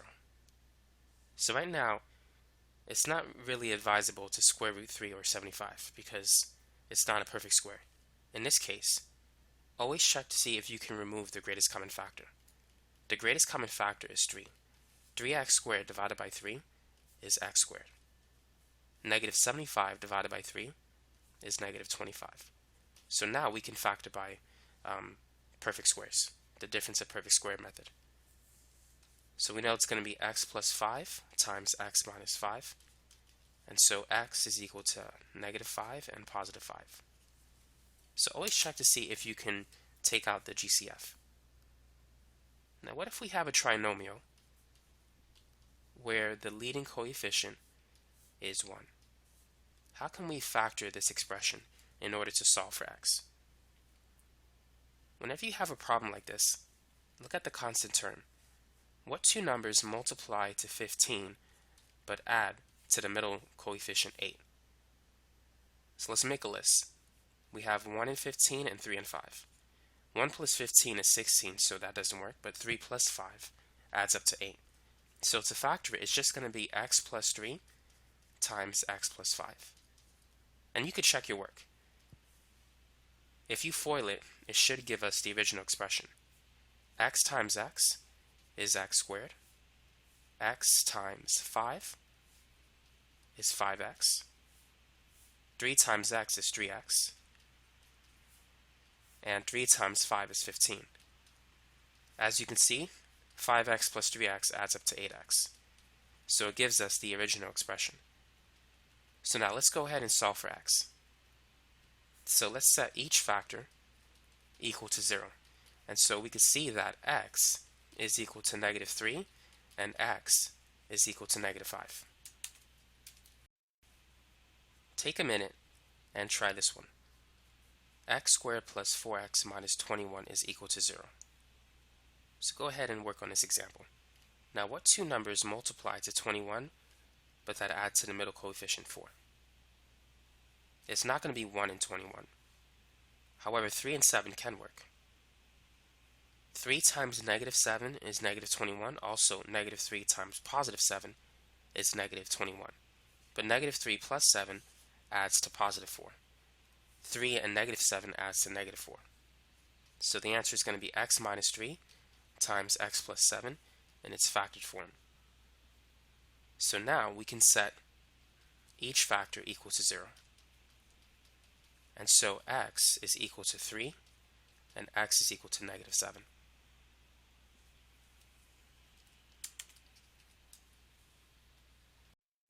Now let's work on a few more examples. Let's try x squared minus 4x minus 45. So what two numbers multiply to negative 45 but add to negative 4?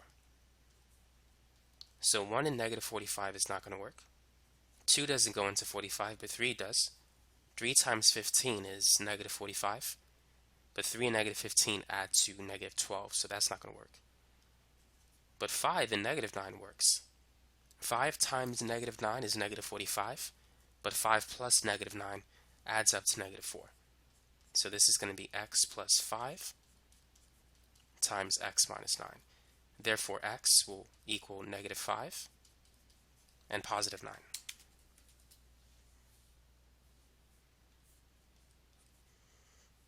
Try this example.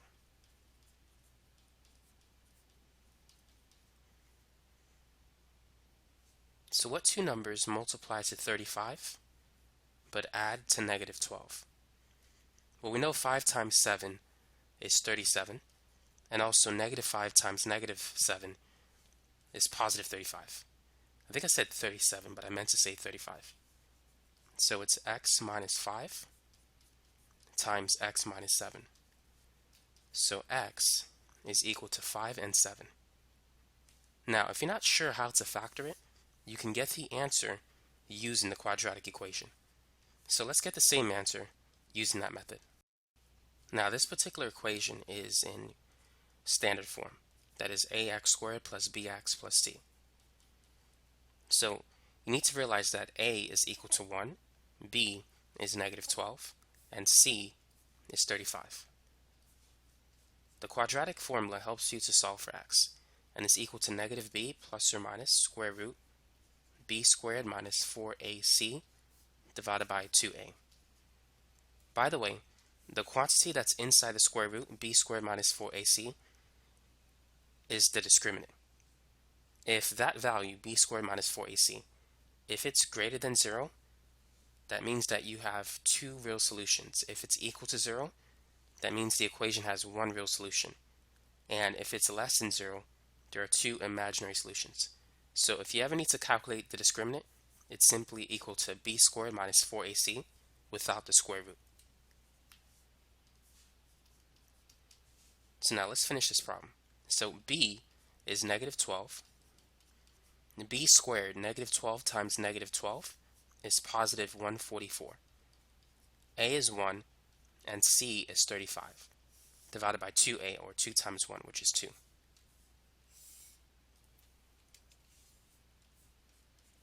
So we have positive 12. And what's 4 times 35? 4 times 35 is 140. So we have 144 minus 140. So 144 minus 140 is 4. And the square root of 4 is 2. So at this point, we can separate the equation into two expressions. So we have 12 plus 2 divided by 2, and 12 minus 2 divided by 2. 12 plus 2 is 14. 14 divided by 2 is 7. 12 minus 2 is 10. 10 divided by 2 is 5. So notice that we have the same answers as we did before, positive 7 and positive 5. Now what if we have a quadratic expression where the leading coefficient is not 1? In this case, it's 2. How can we factor this expression? And let's confirm our answer using the quadratic formula. To factor it, multiply the leading coefficient by the constant term. So 2 times negative 2 is equal to negative 4. Now once you get this number, find two numbers that multiply to negative 4, but that add to the middle coefficient, negative 3. This is negative 4 and positive 1. Negative 4 plus 1 adds up to negative 3.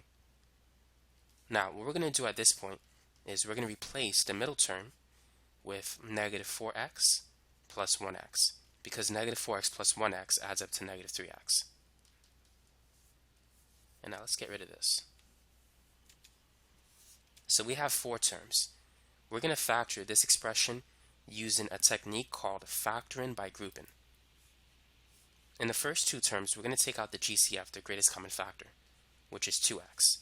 2x squared divided by 2x is x. Negative 4x divided by 2x is negative 2. In the last two terms, all we can do is take out a 1. And so we're going to be left with just x minus 2. If these two factors are the same, then you're on the right track. So it's going to be x minus 2 times the stuff on the outside. That is the 2x and the plus 1. So that's how you can factor that particular expression.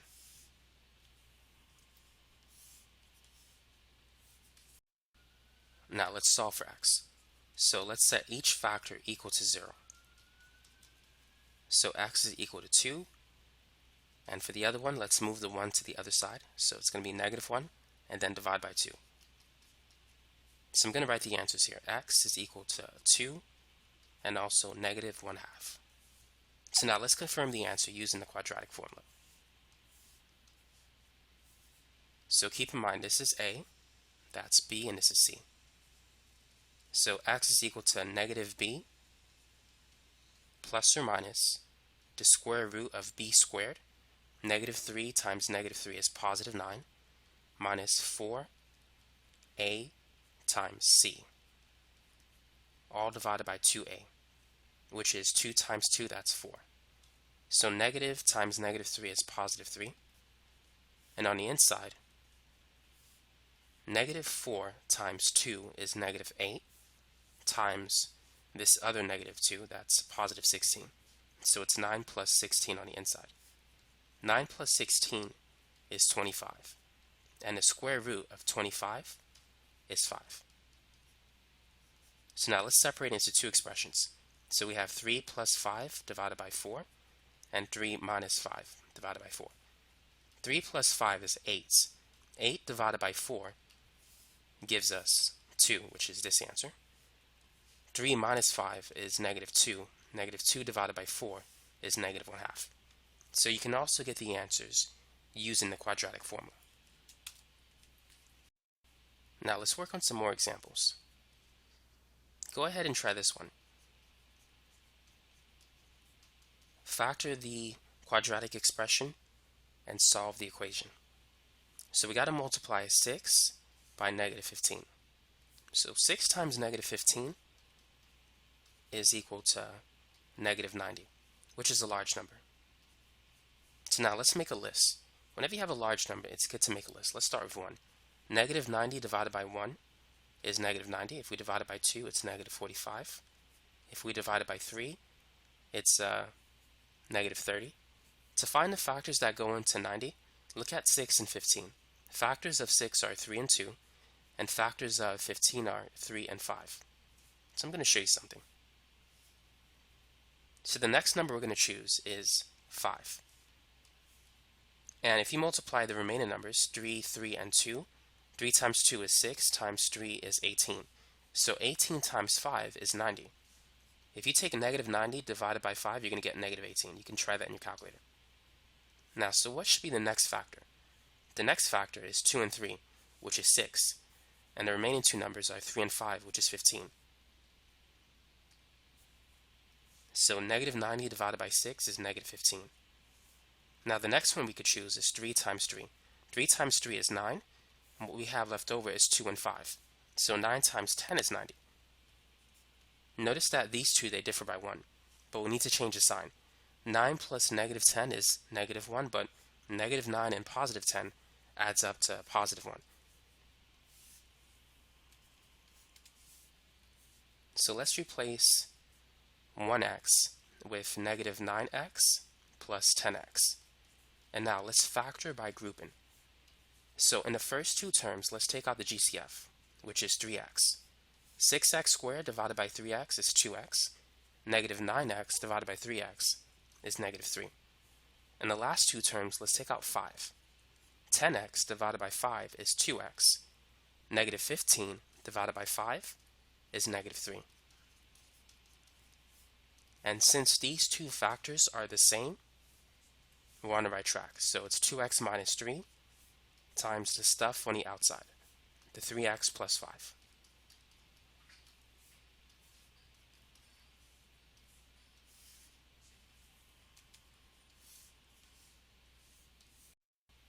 Now let's set each factor equal to 0.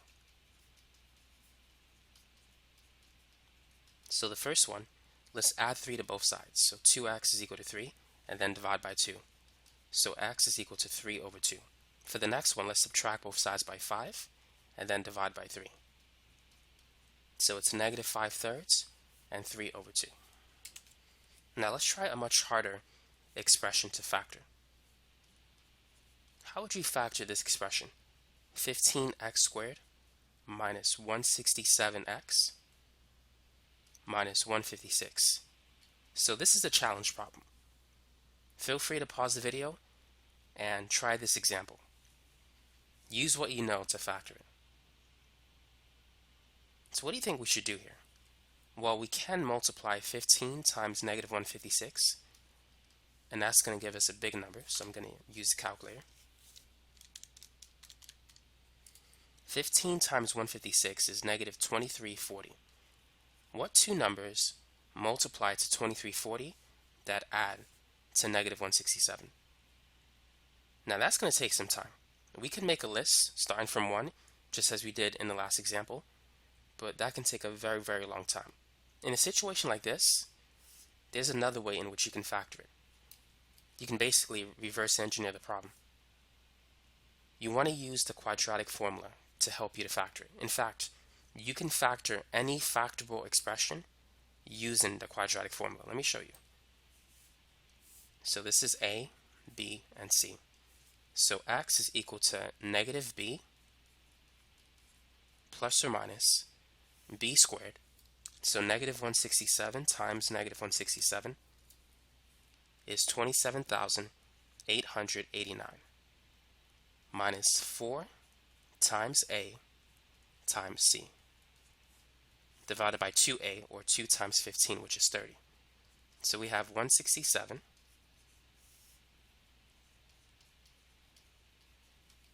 4 times 15 times 156, that's positive 9,360.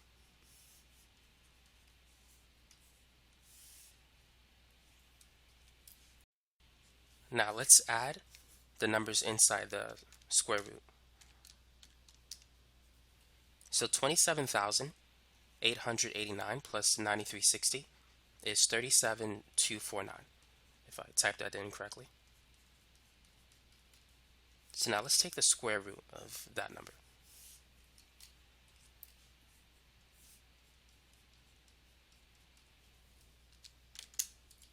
The square root of 37,249 is 193.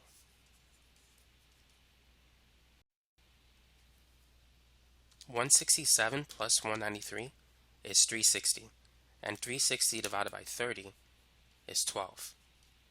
So that's the first answer. 167 minus 193 is negative 26 divided by 30. So negative 26 over 30. We can divide by 2 to reduce it. So it becomes negative 13 over 15. So that's how you can solve for x. Now, how can we use the answer to factor the expression? So here's what we need to do. Write two equations. X is equal to 12 and x is equal to negative 13 over 15. Your goal is to get a 0 on one side, to put it back in its factored form. So let's subtract both sides by 12. So x minus 12 is equal to 0. And for this one, let's add 13 over 15 to this side, to the other side. So we have this. Now because we have a fraction, we want to get rid of it. So let's multiply that equation by 15. X times 15 is 15x. 13 over 15 times 15. The 15s will cancel, you get 13. 0 times 15 is 0. So therefore, we can factor the expression like this. We can write it as 15x plus 13 times x minus 12. Now, just to see if it's correct, let's FOIL the expression. 15x times x is 15x squared. 15x times negative 12, I'm going to type that in. That's negative 180x. 13 times x is just 13x. and 13 times negative 12 is negative 156. So the two numbers that we needed that multiplied to the product of these two, which was, what's 15 times 156? That was negative 2340. The two numbers that we needed that multiplied to negative 2340 and that added to negative 167 are these two numbers, negative 180 and 13. Negative 180 times 13 is negative 2340, and it adds up to negative 167. So that's how you can find those two numbers.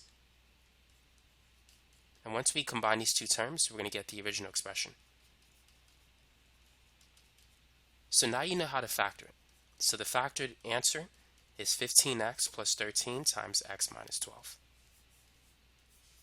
So any expression that is factorable, if you don't know how to factor it, use the quadratic equation and work backwards. The next technique that you need to be familiar with is the completing the square method. So let's say if you're given an equation that looks like this. Complete the square and solve for x, and use the quadratic formula to confirm your answer. To complete the square, look at the number that is in front of x, the b value. Take half of it and square it. Half of 4 is 2. So we're going to add 2 squared to both sides. Now on the left side, I'm going to leave it as 2 squared. And you can just look at it and see how to factor it. To factor this expression on the left, it's simply going to be whatever this variable is, x, whatever this symbol is, plus this number before you square it, squared. X squared plus 4x plus 4 is x plus 2 times x plus 2, which can be written as x plus 2 squared. Here we have 12 plus 4, which is 16. So now let's solve for x. So let's take the square root of both sides. The square root will cancel the square, and so you're just going to get what's inside, x plus 2. The square root of 16 is plus or minus 4. So there's two equations, x plus 2 equals 4, and x plus 2 is equal to negative 4. So x is equal to 2 and negative 6.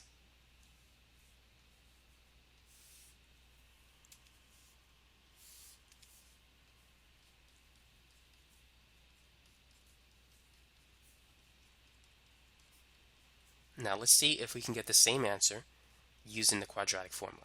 So first we need to move the 12 to the left side. It has to be in standard form. So a is 1, b is 4, c is negative 12.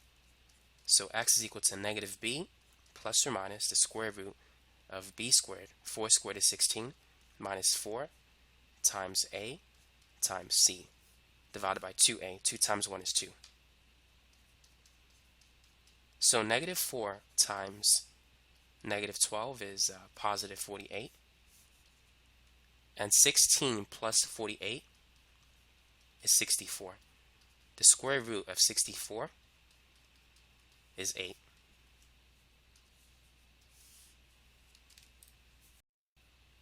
So now let's separate it into two equations. Negative 4 plus 8 divided by 2, and negative 4 minus 8 divided by 2. Negative 4 plus 8 is 4, and 4 divided by 2 is 2. So we get the first answer. Negative 4 minus 8 is negative 12 divided by 2 is equal to negative 6.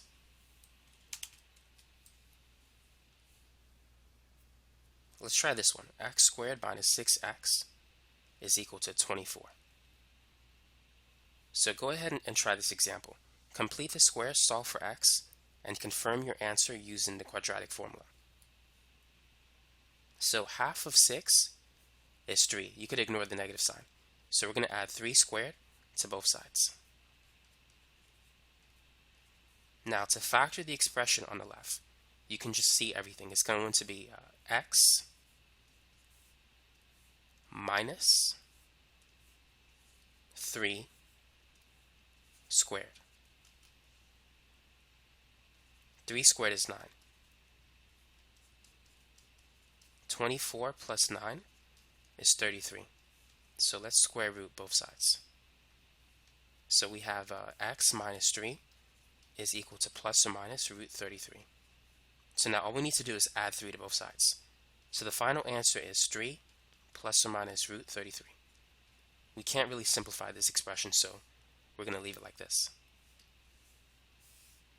Now let's start from the beginning, and let's use the quadratic formula to get the same answer.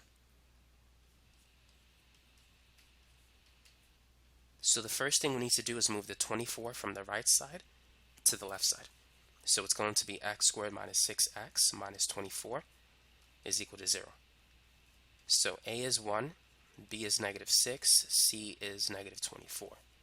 So x is equal to negative b plus or minus b squared.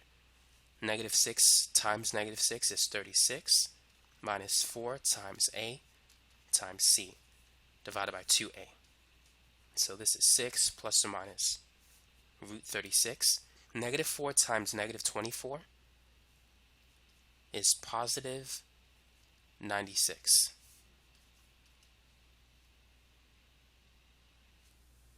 Now 36 plus 96 is 132. What is the square root of 132? What can we do here?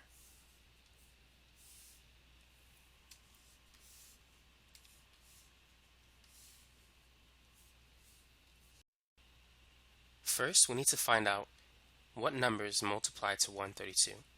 Because it's even, we know it's divisible by 2. 132 divided by 2 is 66. And 66 is divisible by 2. It's 2 times 33. 33 is divisible by 3. So these are the prime factors. So the square root of 132 is the square root of 4 times 33. 2 times 2 times 33 is 132. Now the reason why I chose to write it like that is because 4 is the perfect square. You know that the square root of 4 is 2.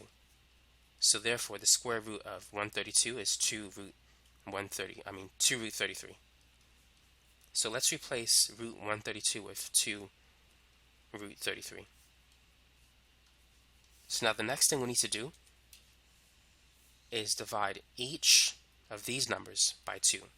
6 divided by 2 is 3. 2 divided by 2 is 1. So this is the answer.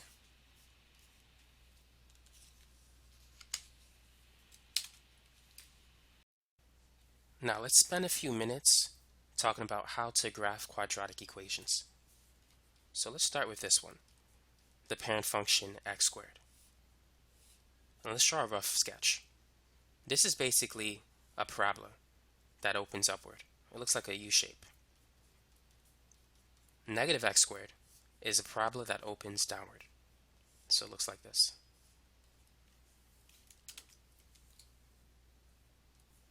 Now what about these two? Based on your knowledge of transformations, go ahead and draw a rough sketch of these two graphs. So the first one is going to shift 1 unit to the left, and it's going to open upward. The second one, let's put a negative in front, it's going to shift 2 units to the right, and it's going to open in a downward direction.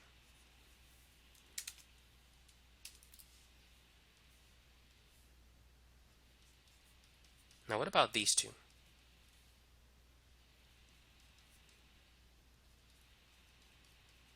Go ahead and draw a rough sketch.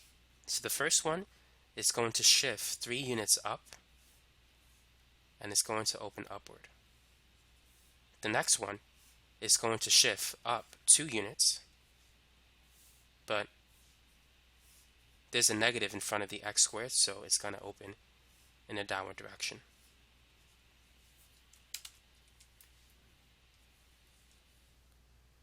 Now what about this one? X minus 2 squared minus 3. So this particular graph is going to shift 2 units to the right, down 3, but it's going to open upward. If you need to find the axis of symmetry, it's basically a vertical line that passes through the vertex. The axis of symmetry is x is equal to this number, positive 2. That's the line of symmetry for the graph. Now, what if we need to draw an accurate sketch? So first, let's use the table method, because some teachers may want you to do this. Identify the vertex. The vertex is going to be +3, +1. So this sign you need to change, this sign you should not change. Once you identify the vertex, make that point the center point in your table. So the x value of the vertex is 3. We're going to choose 2 points to the right of 3 and 2 points to the left. So to the left, 2 and 1. To the right, 4 and 5. Now let's find the y value that correspond to these 2 points. If you center it based on the vertex, the y value for these two x values will be the same. The y value for these two x values will be the same. So let's replace x with 4. So 4 minus 3 squared plus 1. 4 minus 3 is 1. 1 squared is 1. 1 plus 1 is 2. If we plug in 2, we're going to get the same answer. 2 minus 3 squared. 2 minus 3 is -1. -1 squared is +1. 1 plus 1 is 2. So you can see it's the same. Now let's replace x with 5. So 5 minus 3 is 2. 2 squared is 4. 4 plus 1 is 5.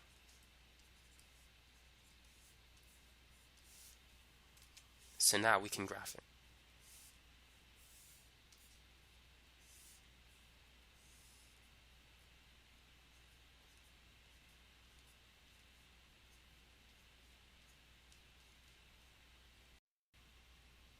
So let's start with the vertex, 3, 1. The next point is 4, 2. And we also have 2, 2. And then after that, it's 5, 5.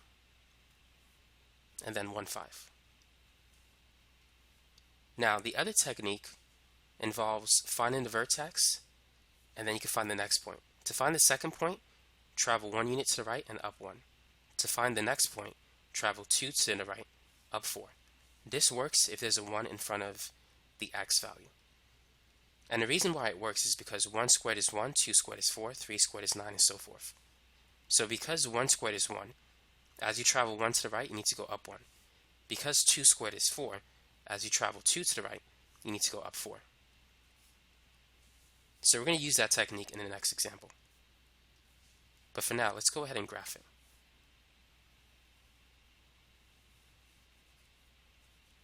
And that's it. By the way, what is the axis of symmetry? The axis of symmetry is the x-coordinate of the vertex. So it's x is equal to 3. Now, does this function have a maximum value or a minimum value? Whenever the graph opens upward, it has a minimum value. If it opens in a downward direction, it has a maximum value. So the location of the minimum value is the x-coordinate of the vertex. The actual minimum value is the y value of the vertex. So this function has a minimum value of 1.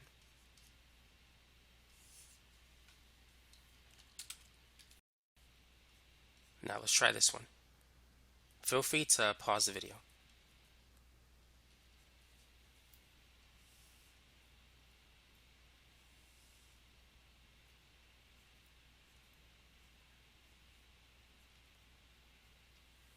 So first, what is the vertex? The vertex is going to be +1. Change the sign on the inside, and don't change this side. So it's going to be +1, comma, -4.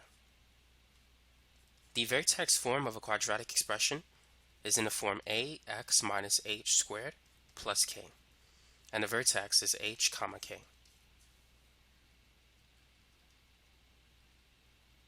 Just in case you were wondering. So let's begin by plotting the vertex. So it's at 1, -4. Now, notice that we have a 1 in front of the x minus 1 squared. So the parent function is y is equal to x squared. So when x changes by 1, y should change by 1. When x changed by 2, y should change by 4. When x changes by 3, y should change by 9. Based on that, we can find the other points. So as we travel 1 unit to the right, we need to go up 1, because 1 squared is 1. So here's the next point. And as we travel 1 to the left, we need to go up 1 as well. But the left side and the right side should always be the same. They should have the same y value. Now, as we travel 2 to the right, we need to go up 4. So notice that this point is on the x-axis. That is the x-intercept. As we travel 2 to the left, we also need to go up 4. So the other x-intercept is negative 1, 0. Now, if we choose to travel 3 units to the right, we need to go up 9 units. So negative 4 plus 9 is 5. So we should have the point 4, 5 and negative 2, 5. And now we can graph it.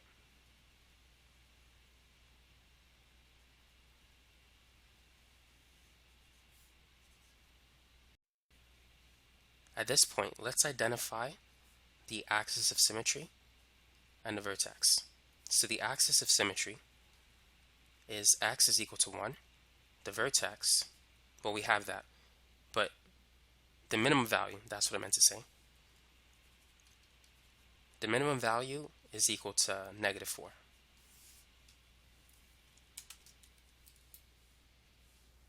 So here's the last example of graphing a quadratic expression in vertex form.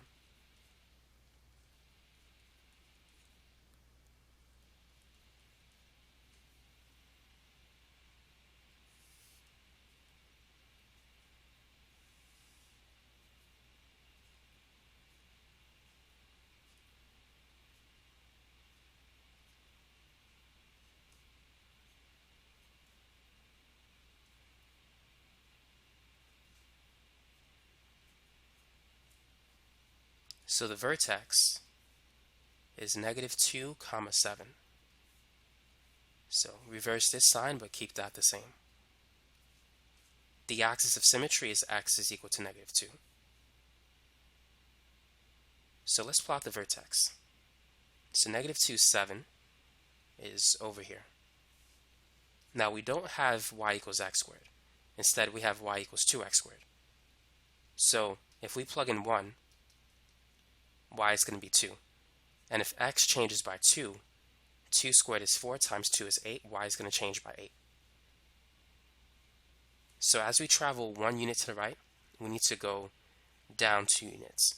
So the next point is going to be 1, 5. And the reason why we're going down 2 units is because there's a negative sign. Anytime there's a negative in front, the graph is going to open downward. Now, as you travel 1 unit to the left, we need to also go down 2 units. As we travel 2 units to the right, we need to go down 8 units. So 7 minus 8 is negative 1. So it's going to be 0, negative 1, which is the y-intercept, and also negative 4, negative 1. So now we can draw a decent shaped graph. Now, do we have a minimum or a maximum? What would you say? Anytime it opens downward, we have a maximum. The maximum value is 7. And as you mentioned before, the axis of symmetry is x is equal to negative 2. The maximum value is located at an x value of negative 2. But the value itself is 7. Now, how can we graph the equation if it's in standard form? What would you do? First, see if it's factorable. If it's factorable, go ahead and find the x-intercepts. To find the x-intercepts, replace y with 0. Two numbers that multiply to 3 but add to negative 4 is negative 1 and negative 3. So you can see that the x-intercepts are 1 and 3. It turns out that the vertex is usually located in between the two x-intercepts. So if you take the average of 1 and 3, if you add them up and divide by 2, this is equal, it's going to equal to 2. And it turns out that the x-coordinate of the vertex, will be equal to 2. Another way in which you could find the x-coordinate of the vertex is using this formula, negative b over 2a. So we can see that b is negative 4 and a is 1. Negative times negative 4 is 4. 4 divided by 2 is 2, which gives us the same x-coordinate value. So now you have two ways in which you could find the x-coordinate of the vertex. Now let's go ahead and find the y-intercept. To find the y-intercept, replace x with 0. So we have the point 0, 3. Now let's organize our data into a table.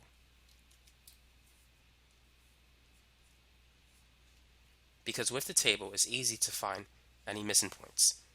Let's put the vertex in the middle. And then we have the x-intercepts. And we also have the point 0, 3.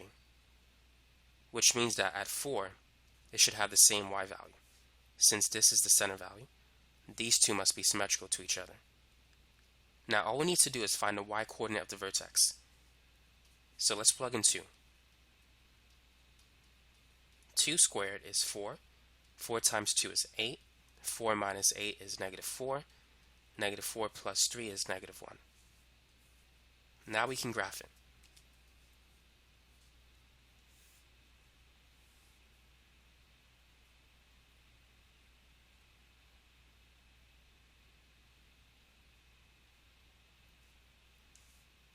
So the vertex is at 2, negative 1. The x-intercepts are 1, 0, 3, 0. The y-intercept is 0, 3. And we have another point at 4, 3.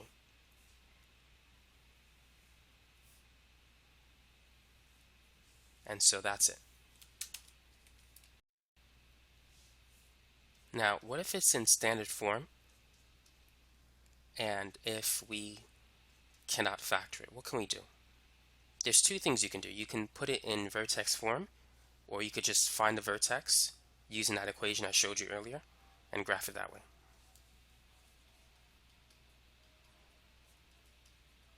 Let's find the vertex.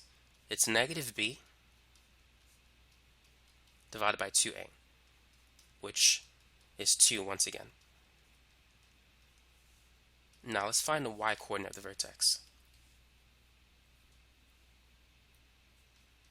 So it's 2 squared minus 4 times 2 plus 2. So it's 4 minus 8 plus 2, negative 4 plus 2, so it's negative 2. Now notice that there's a 1 in front of the x squared.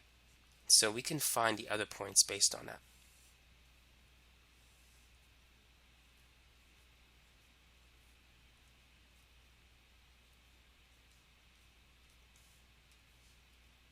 So the first point is at 2, negative 2.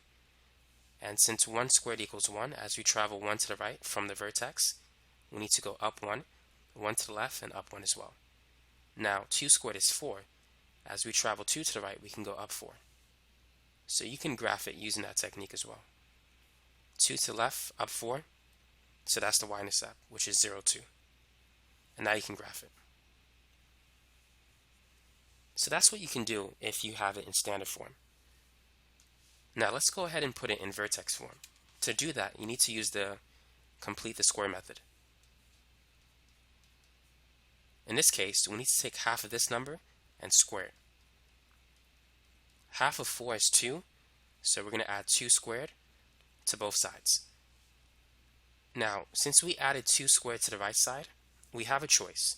We can add 2 squared to the left side, or we can subtract 2 squared from the right side. Let's do it this way. Now, to factor this expression, it's going to be x minus whatever sign you see there. This number, before you square it, squared. And then we have 2 minus 4. So it's going to be x minus 2 squared minus 2. So now you can see the coordinates of the vertex. It's positive 2 and negative 2, which is what we have. Now let's spend a few minutes talking about domain and range. So let's say if we have a linear function 2x minus 1. What is the domain and the range for this function? We know the y-intercept is -1 and the slope is 2. So the first point is going to be at 0, -1. The next point is going to be at 1, 2. And let's just connect these 2 points with a line. So here's a rough sketch of the graph. The domain represents all of the allowed x values in the function. The range is associated with the y values. For a linear function, x can be anything. So the domain is from -infinity to infinity. Also, y can be anything. It's -infinity to infinity. When you're analyzing the domain of a graph, look at the graph from left to right. The lowest x value is -infinity, and the highest is infinity. Now, when considering the range, look at the y values from the bottom to the top. The lowest y value is -infinity, and the highest is infinity. This graph will continue to go up forever, and it can continue going down forever. So x and y can be anything for a linear function. Now, what about an absolute value function? What is the domain for this particular function? So we know it's going to shift 3 units to the right and up 1. So it starts here, and it's going to open in both directions. We're going to get the V-shaped graph. For an absolute value function, x can be anything. If you extend the graph, the lowest x value is -infinity, and the highest is infinity. Therefore, that's the domain. X can be anything. Now, what about the range? What is the lowest y value? The lowest y value is 1. The highest is infinity because it can keep going up forever. So the range is restricted. It starts from 1 and it includes 1, but it goes to infinity. Let's try another example. 4 minus the absolute value of x minus 3.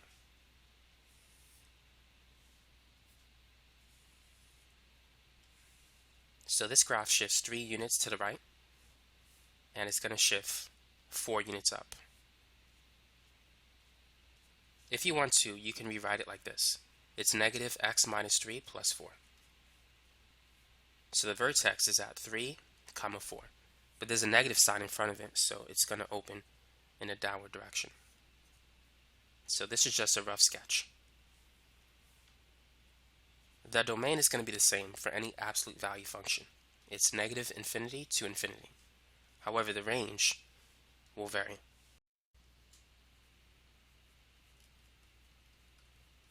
So now what if we have a fraction like this? How can we simplify the imaginary expression and put it in standard form? So just like the last example, we need to multiply the top and the bottom by the conjugate of the denominator. So on top we need to FOIL.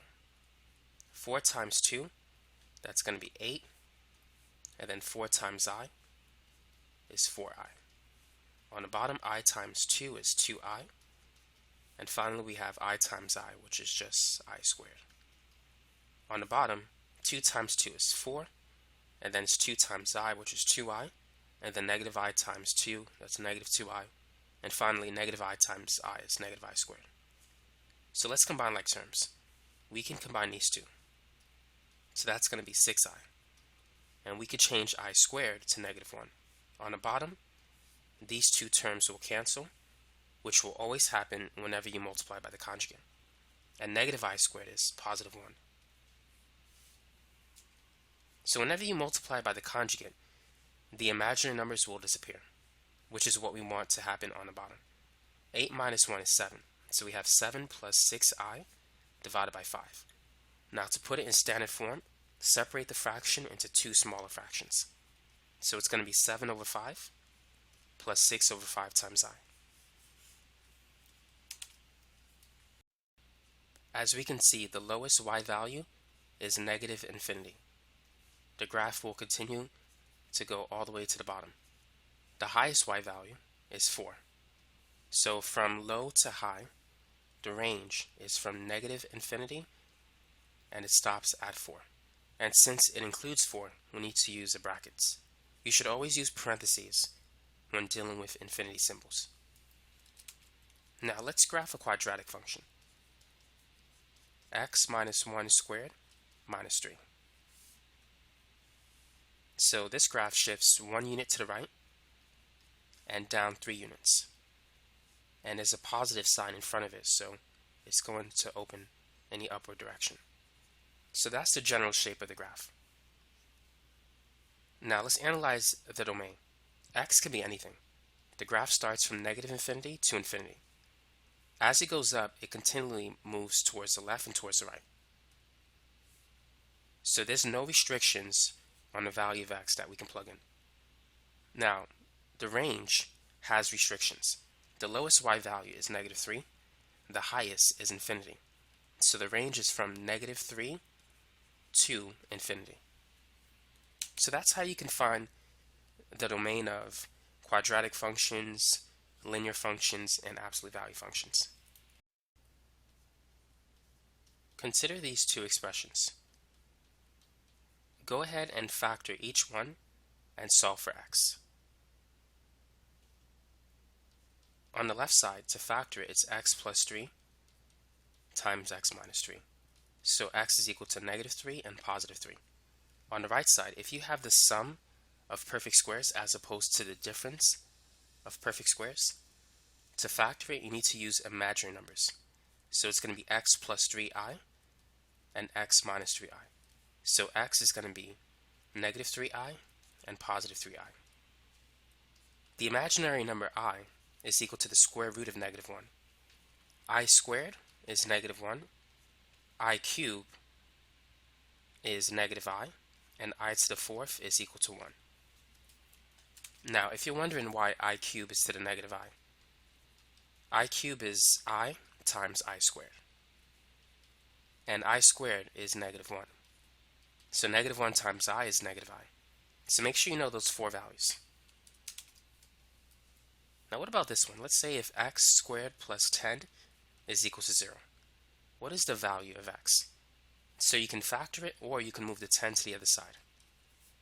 And if you take the square root, x is going to be plus or minus square root negative 10, which is plus or minus root 10i. So anytime you have a negative number inside a square root function, it's going to give you the imaginary number I. Now let's talk about how to perform operations with imaginary numbers. Go ahead and simplify this expression.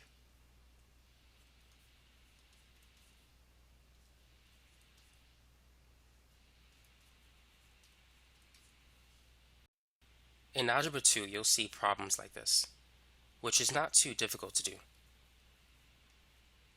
Let's distribute the 4. 4 times 5 is 20. 4 times 2i is 8i. And now let's distribute the negative 3. Negative 3 times 2 is negative 6. Negative 3 times 7i is negative 21i. Our goal is to put it in standard form, which is in a plus bi form. A is a real number. The term bi is an imaginary number. So let's combine like terms. The two real numbers are 20 and negative 6, which adds to 14. The two imaginary numbers are 8i and negative 21i, which adds to negative 13i. So this is the answer in a plus bi form.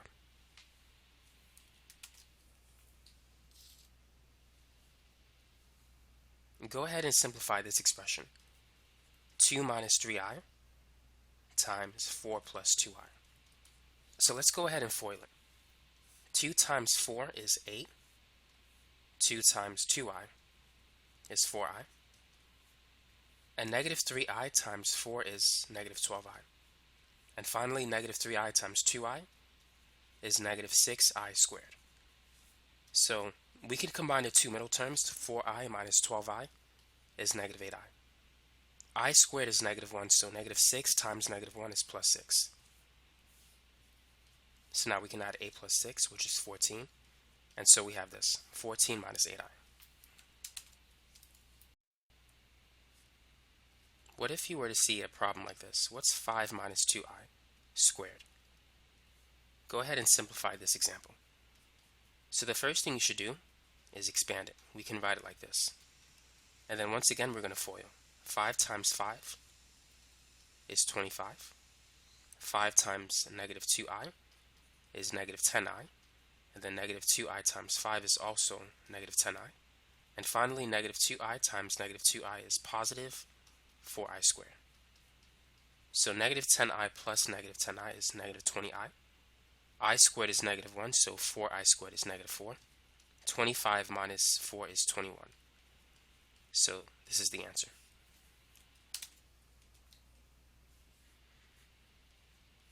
Now what about this term? Let's say if we have a fraction. How can we put this in a plus bi form? How can we write it in standard form? If you have a fraction that looks like this, all you need to do is multiply the top and bottom by I. So it's going to be 7i over 3i squared. Your goal is to get rid of the imaginary number on the bottom. 3i squared is basically negative 3. So your final answer is negative 7 over 3 times I. So b is negative 7 over 3. The a value doesn't exist. A is 0.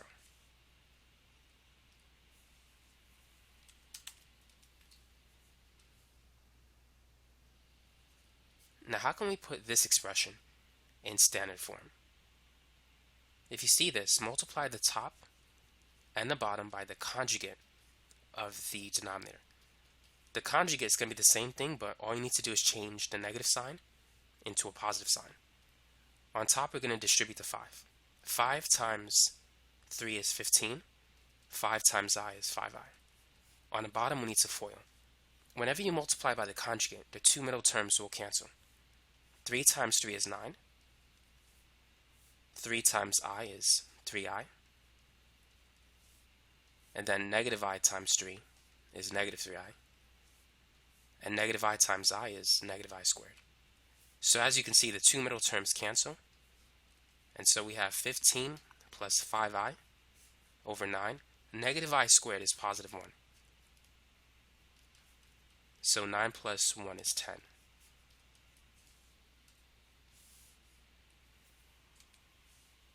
Now what we can do is separate it into two smaller fractions. And we can reduce each fraction. Each of these numbers are divisible by 5. 15 divided by 5 is 3. 10 divided by 5 is 2. 5 divided by 5 is 1. And then we could reduce this into a 2. So this is the answer in a plus bi form.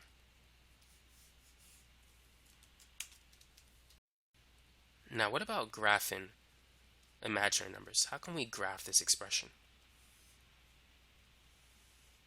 You need to realize that the x-axis is associated with the real axis. The y-axis is the imaginary axis. So the real number is 3. So we need to travel 3 units to the right on the x-axis.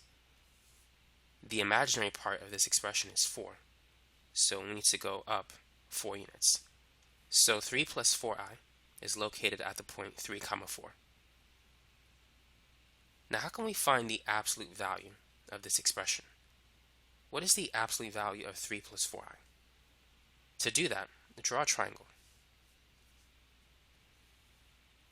The absolute value of that expression, it turns out it's equal to the hypotenuse of the triangle. Whenever you have a triangle, a right triangle, that is, C is equal to the hypotenuse. C is equal to the square root of a squared plus b squared. It comes from the Pythagorean theorem formula. A squared plus b squared is equal to c squared. So to find the magnitude of the absolute value, it's going to be the square root of 3 squared plus 4i squared. Well, not technically 4i squared, but just 4 squared. You could ignore the I in the equation. Everything inside the square root has to be positive. 3 squared is 9. 4 squared is 16. 9 plus 16 is 25. So the absolute value of this expression is simply equal to 5. So knowing that, calculate the absolute value of 5 minus 12i. So all you got to do It's just equals to 5 squared plus 12 squared. 5 squared is 25, 12 squared is 144, and if you add them, it's 169, which is equal to 13.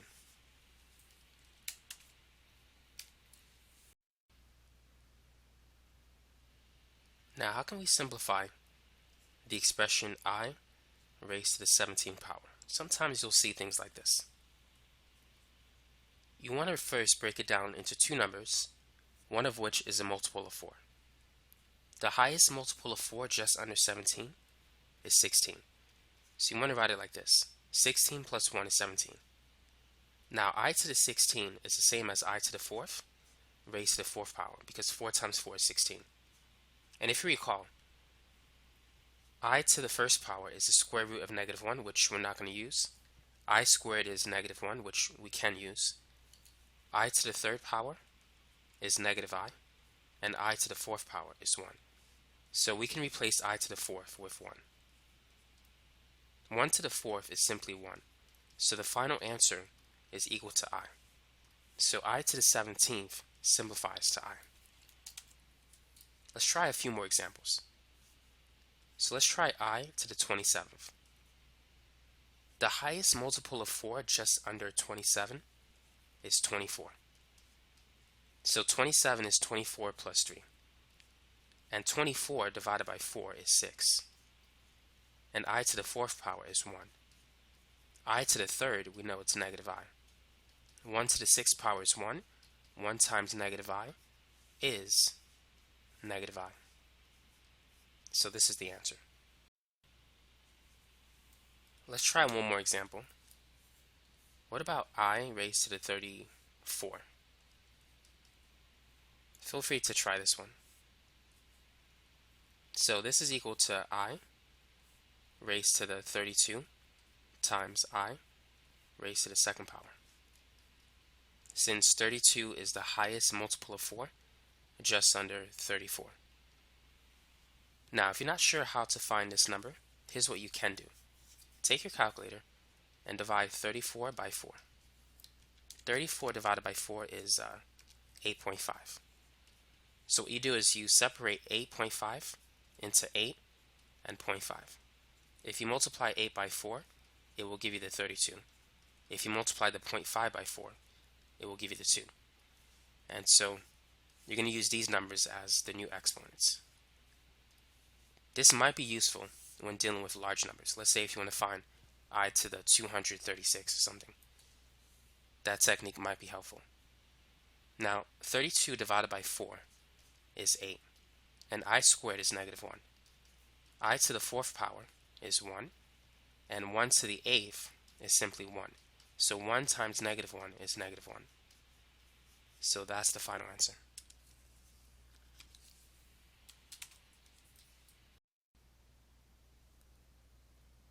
Now let's say if we have a polynomial function of degree 3, and we wish to find the zeros of this function. How can we do so? If you wish to find the zeros of the function, set it equal to 0. You're basically looking for the x-intercepts of the graph. The best way to do that is to factor the expression. How can we factor this cubic polynomial? Notice that the ratio of the first two terms is the same as the ratio of the last two terms. For instance, if we divide 2 by 1, it's equal to positive 2. If we divide negative 8 by negative 4, it's also equal to positive 2. When you see that, that tells you that you can factor by grouping. So let's take out the GCF in the first two terms, which is x squared. X cubed divided by x squared is x. 2x squared divided by x squared is 2. In the last two terms, let's take out the GCF, which is negative 4. Negative 4x divided by negative 4 is x. Negative 8 divided by negative 4, it's 2. So since we have the common factor x plus 2, we can write it as x plus 2 times the stuff on the outside, which is x squared minus 4.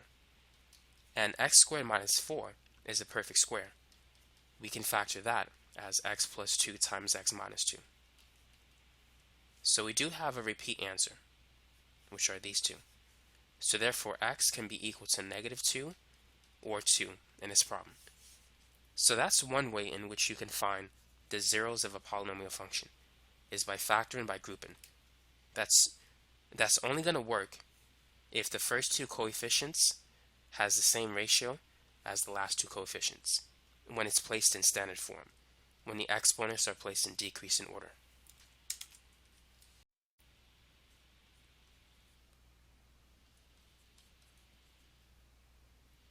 Let's find the zeros of this function. So can we factor by grouping? 6 divided by -5 is not the same as -2 divided by 1. So we can't factor by grouping. So what can we do in this problem? In a situation like this, you want to list the possible zeros.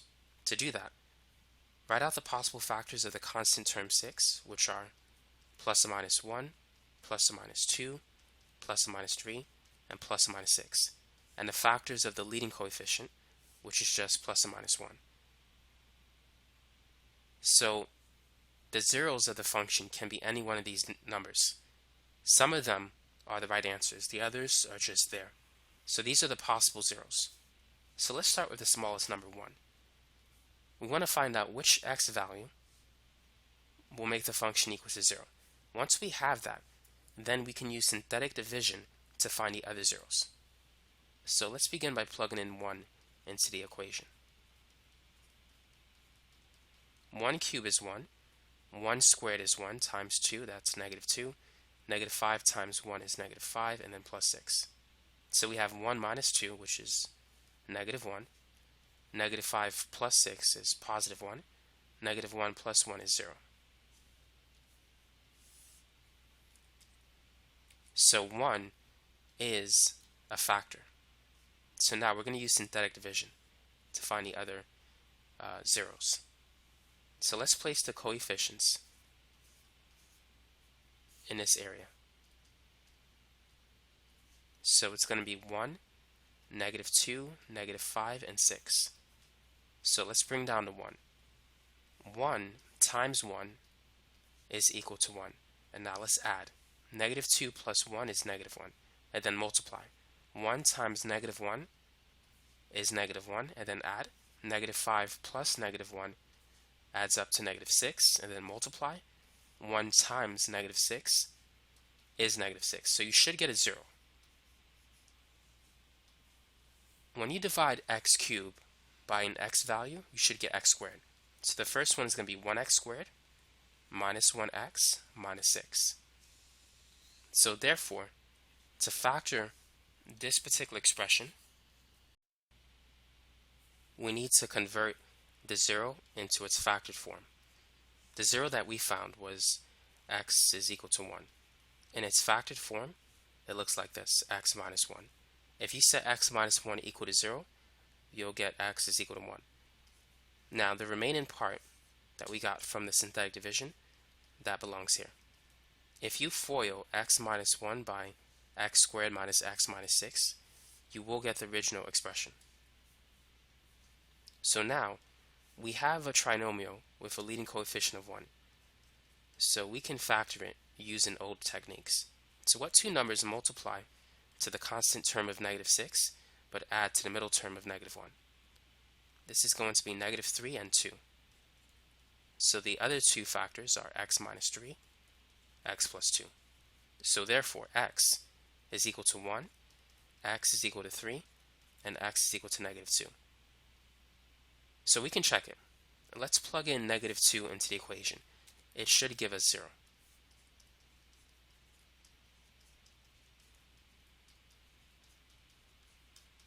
-2 to the third power is -8. -2 squared is 4. -5 times -2 is 10. -2 times 4 is -8. 10 plus 6 is 16. -8 minus 8 is 16. -16. And -16 plus 16 is 0. So the other 0 works. And if you plug in 3, it should work as well. Now let's try another example like that. go ahead and find the zeros of this particular polynomial function. So let's make a list of the possible zeros.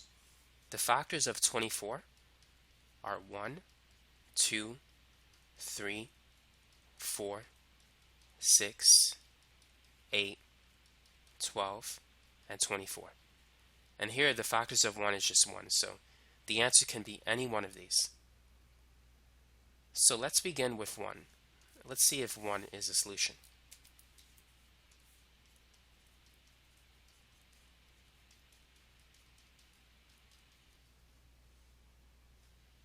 One to the third is 1. Negative 3 times 1 squared is negative 3. Negative 10 times 1 is negative 10, plus 24.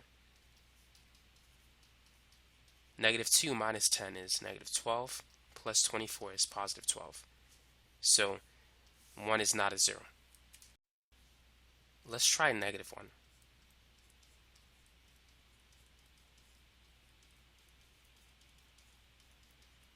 So this is going to be negative 1 minus 3 plus 10 plus 24. Just by looking at this, we know that's not going to work. Now let's try positive 2.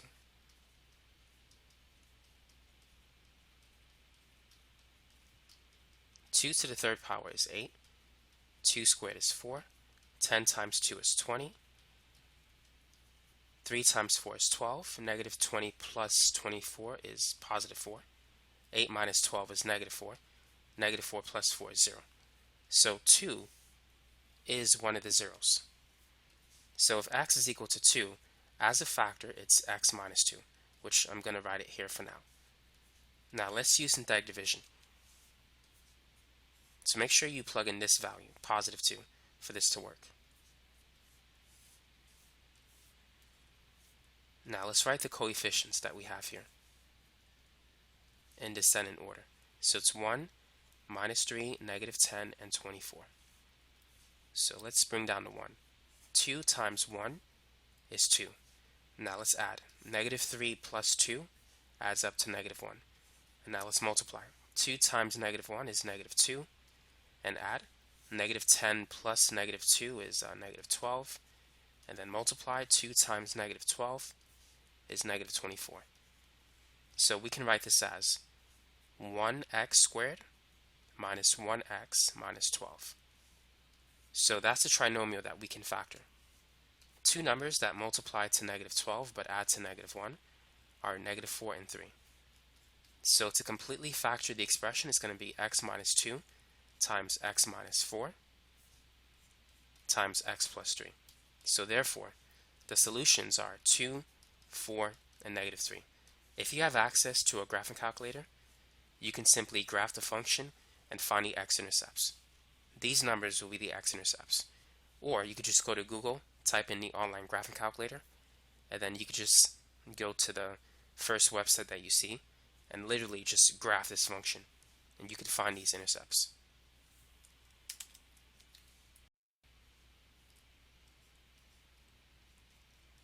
Now let's say if f of x is x to the fourth minus 3x cubed plus 7x squared minus 24. And if you're asked to calculate the value of f of 4, what would you do? There's two ways in which you can do this. You can just plug in 4, or you can use synthetic division. Let's do it both ways. So let's replace x with 4. Now this might require some work. Hopefully you have a calculator with you. 4 to the fourth power is 256. 4 to the third power is 64, but times 3, that's 192. 4 squared is 16 times 7, that's 112. 256 minus 192 is 64. 112 minus 24 is 88. And 64 plus 88 is 152. So now let's get that same answer using synthetic division. So I'm going to write it here. So that's the answer that we need to get. So using synthetic division, here's what you need to do. First, you need to realize that we're missing a term, the x term. So we're going to add 0x to the first power. You need to incorporate that number when using synthetic division. So there's a 1 in front of x to the fourth, a negative 3 in front of x cubed, and then a 7, and then a 0, and then negative 24. So we wish to calculate the value of f of 4. It turns out that the remainder is equal to the y value when you plug in 4. So let's bring down the 1. 4 times 1 is 4. Negative 3 plus 4 is positive 1. 4 times 1 is 4. And 7 plus 4 is 11. 4 times 11 is 44. Plus 0, it's still 44. And 4 times 44 is 176. Negative 24 plus 176 is 152. So as you can see, this method is probably a lot easier to get 152 than doing it the other way. So that's how you can evaluate functions using synthetic division.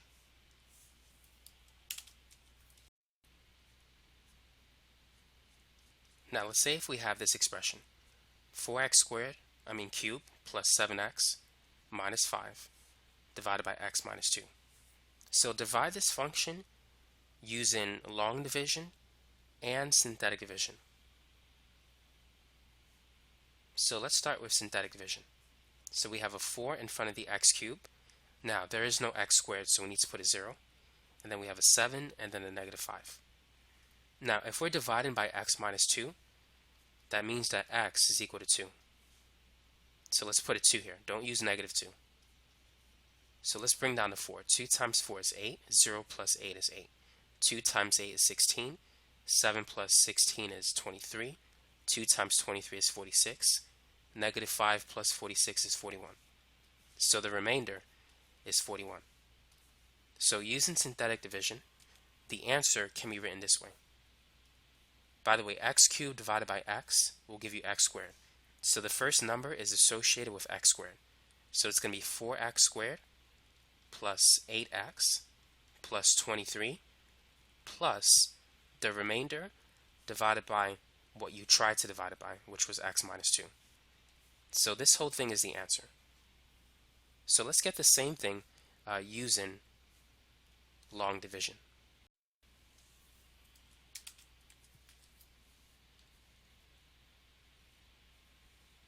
So let's put the numerator on the inside. So we have 4x cubed plus 0x squared plus 7x minus 5. And we're going to put x minus 2 on the outside. So first, let's divide 4x cubed by x. 4x cubed divided by x is 4x squared. Now after you divide, multiply. 4x squared times x is 4x cubed. And 4x squared times negative 2 is negative 8x squared. So now let's subtract. 4x cubed minus 4x cubed is 0. 0x squared minus negative 8x squared, that's going to be positive 8x squared. 7x minus nothing, or 0, is just 7x. So you can bring down the 7x. And you can bring down the negative 5. So now, after you subtract, divide. 8x squared divided by x is positive 8x. Now let's put a negative sign and then multiply. 8x times x is 8x squared. 8x times negative 2 is negative 16x. So now let's subtract. 8x squared minus 8x squared is 0, which we don't have to write. You could just cross those two out. 7x minus negative 16x is the same as 7x plus 16x, which is 23x. And you could bring down the negative 5. So now let's divide. 23x divided by x is 23. Now let's multiply. 23 times x is 23x. 23 times negative 2 is negative 46. And then subtract. 23x minus 23x is 0, they cancel. Negative 5 minus negative 46, or negative 5 plus 46, is positive 41. Now we can't divide 41 by x, so we need to stop here. So the answer is going to be what we see on top plus the remainder, which is 41, divided by what we tried to divide it by, which is x minus 2. So that's how you can divide. That's the answer to the problem.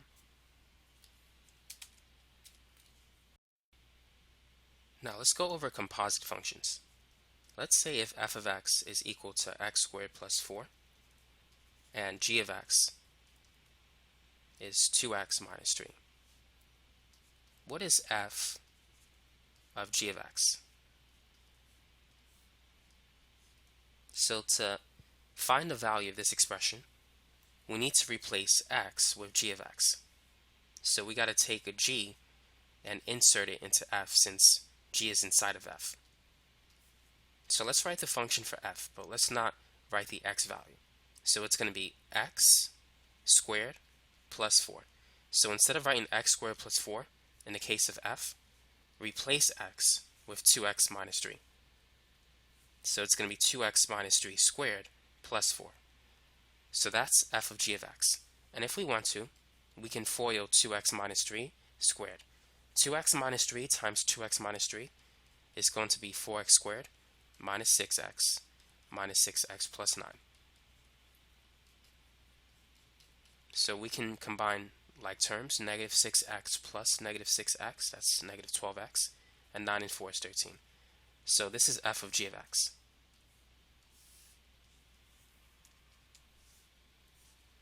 Now what about g of f of x? So this time we need to take f and insert it into g. So this is going to be 2 times x squared plus 4 minus 3.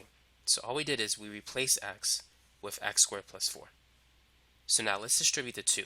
So it's 2x squared plus 8, and then let's combine like terms. So it's 2x squared plus 5. So that's how you can find the value of the composite functions.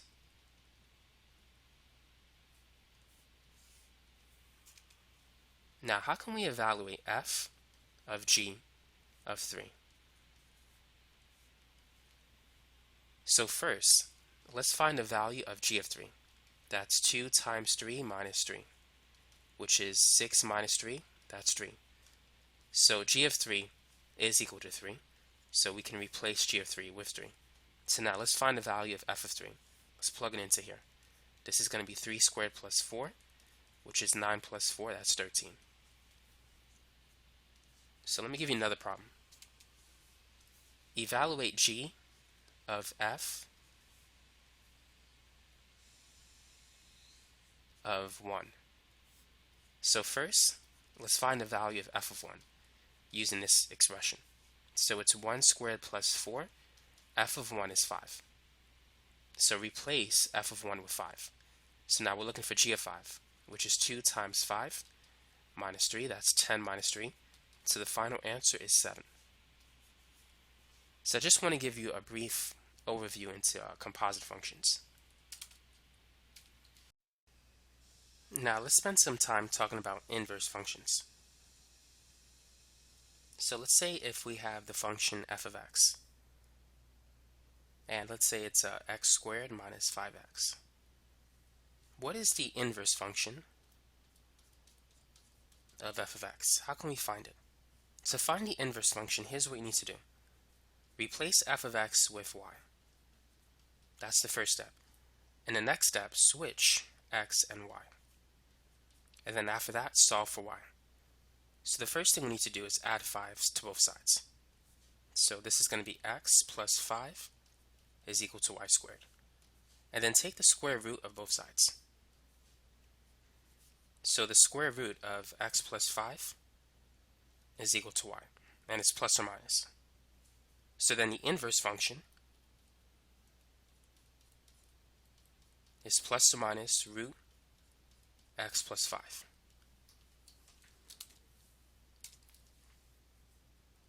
Let's try another example. So let's say if f of x is equal to 3x minus 7 over 4. Go ahead and find the inverse function.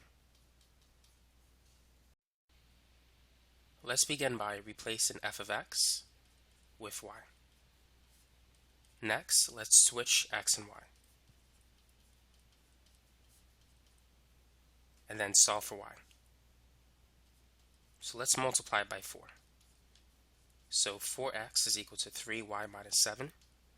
Next, let's add 7 to both sides. And then let's divide both sides by 3. So we have 4x plus 7 over 3 is equal to y. So we could say that the inverse function of f of x is equal to 4x plus 7 divided by 3.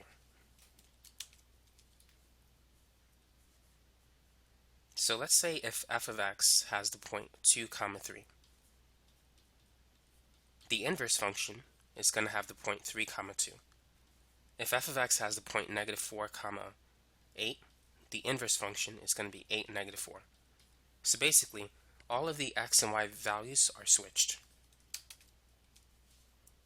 Two examples of inverse functions is the e to the x function and the natural log function.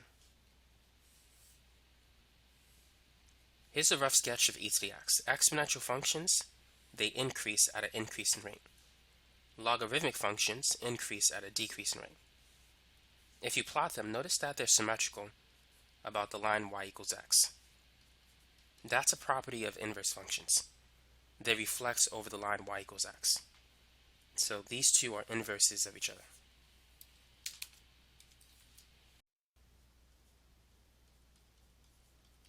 Now, how can we prove if two functions are inverses of each other?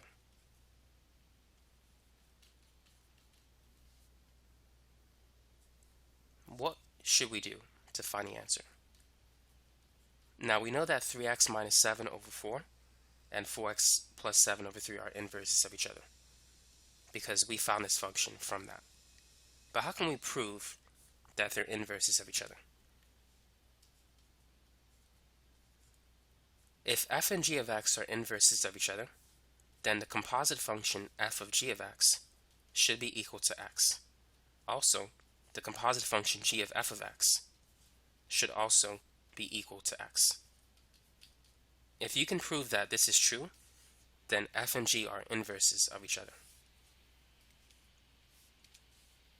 So let's find f of g of x. So let's insert g into f. So we're going to replace x with the value of g. That's 4x plus 7 divided by 3.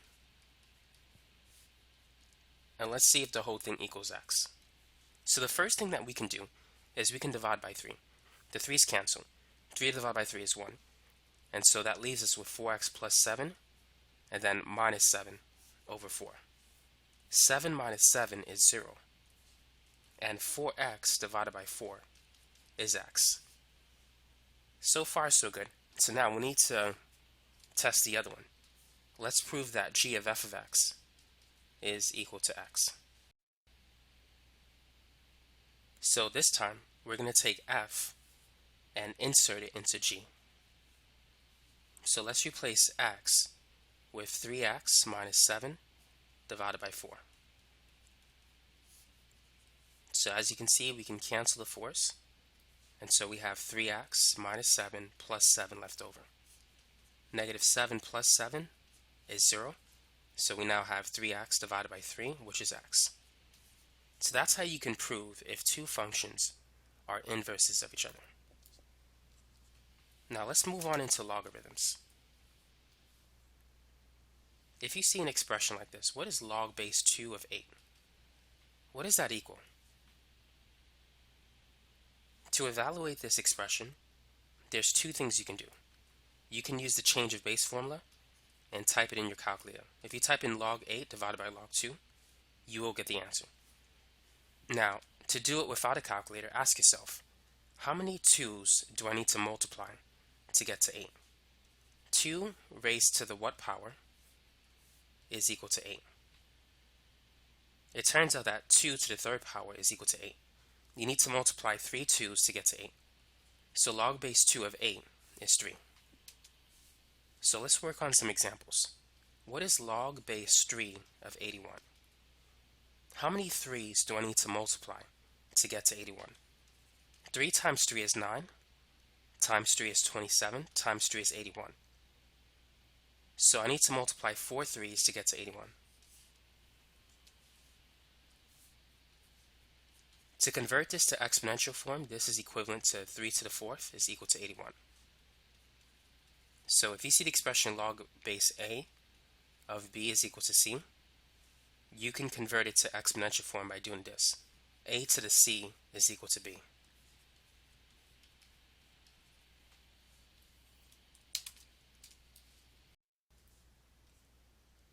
Go ahead and try these examples. Log base 4 of 16, log base 2 of 32, and log base 5 of 1.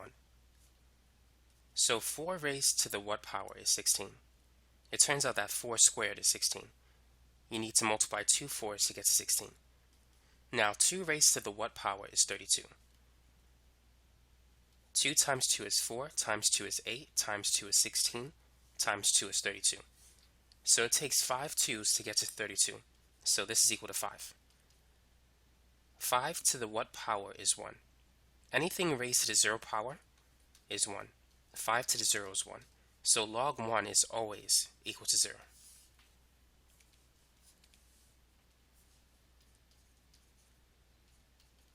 So now what about log 10? What is log 10 equal to? If there is no base, it's always assumed to be base 10. 10 raised to the 10 to the first power is 10. So log 10 is 1. Log 100 is 2. Log 1,000 is 3. Whenever you have a log with a base 10, you can simply count the zeros. So knowing that, what is log of 100,000? How many zeros do you see? Log 100,000 is 5. Log 0.1 is negative 1. Log 0.01 is equal to negative 2. Log 0.001 is equal to negative 3. So hopefully you see a pattern here. Let's evaluate a few more expressions. Try these 4 problems.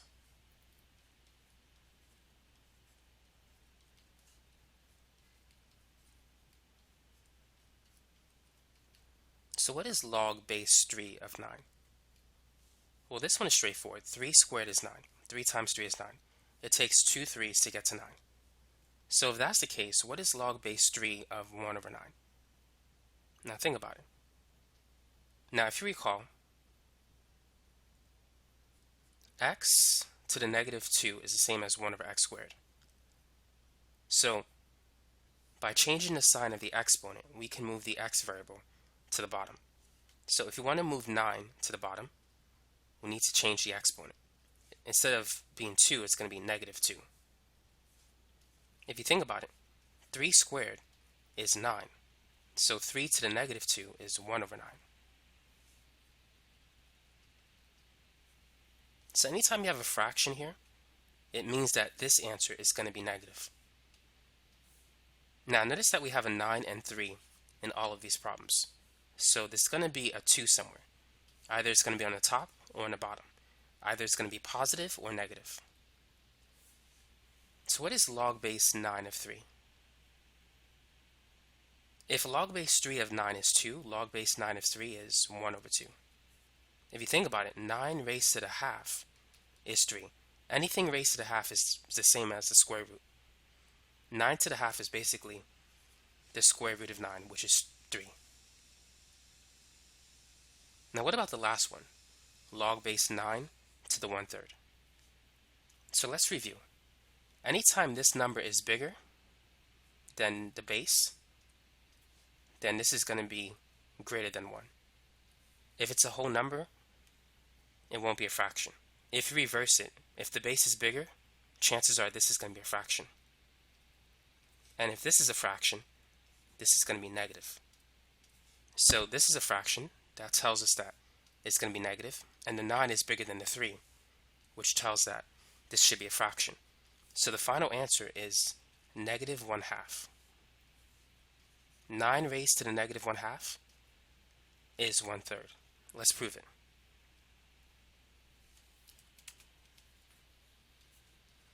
Nine to the negative 1/2 is the same as 1 over 9 to the positive 1/2. And anything raised to the 1/2 is the same as the square root. The square root of 9 is 3, so that's why it's 1 over 3.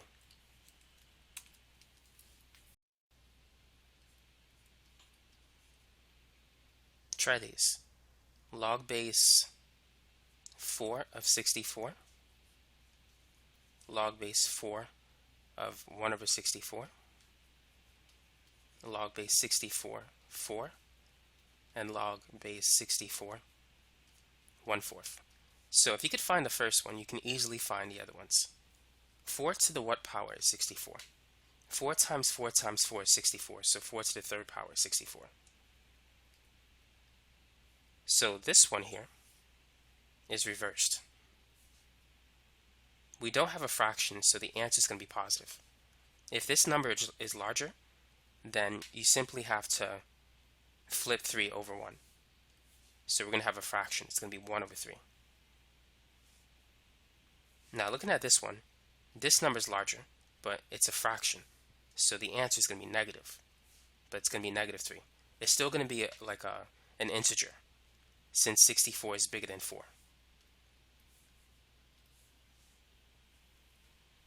Now here we have a fraction, and 64, the base is larger than the value that we have here.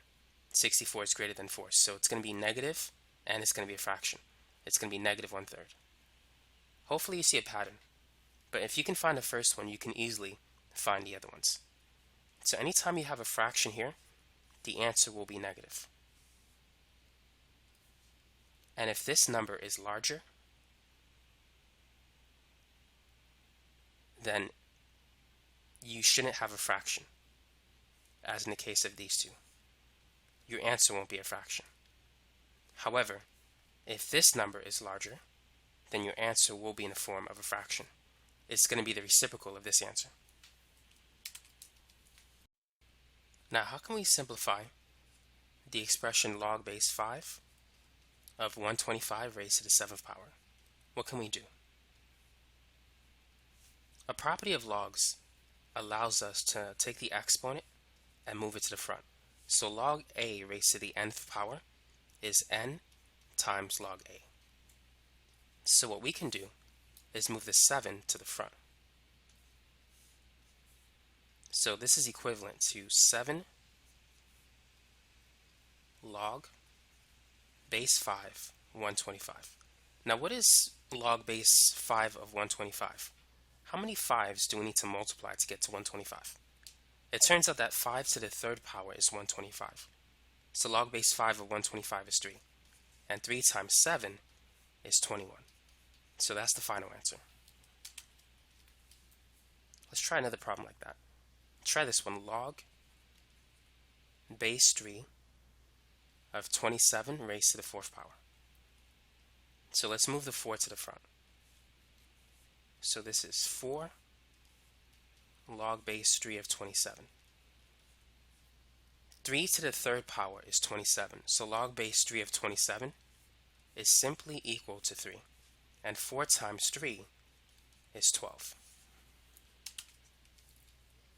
Now, there are some other properties of logs that you need to know. You can condense two logs into a single log by multiplication. Log a plus log b is the same as log ab. And log a minus log b is log a divided by log b. So whenever you wish to condense multiple log expressions into a single log, go this way. If you wish to expand a log, go the other way.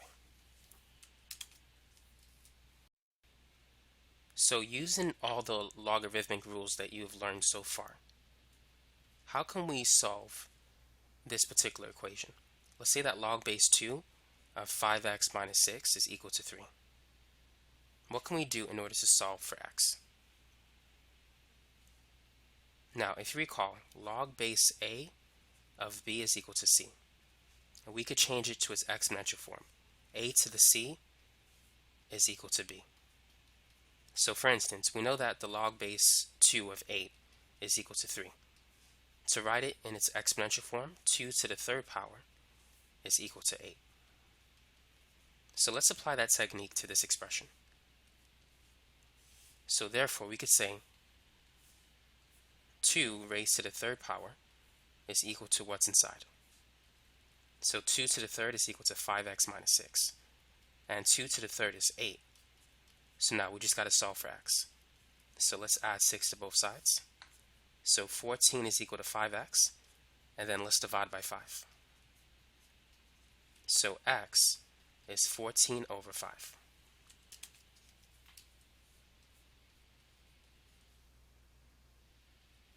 Try this problem.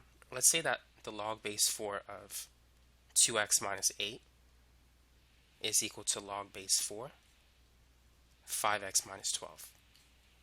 How can we solve for x? So go ahead and then take a minute to try this problem. So notice that the bases are the same, and the log is the same. So therefore, what's inside of the log expression must be equal to each other. So 2x minus 8 must equal 5x minus 12. So let's solve. Let's subtract 2x from both sides, and let's add 12 to both sides. Negative 8 plus 12 is 4. 5x minus 2x is 3x. And so in this problem, x is equal to 4 over 3.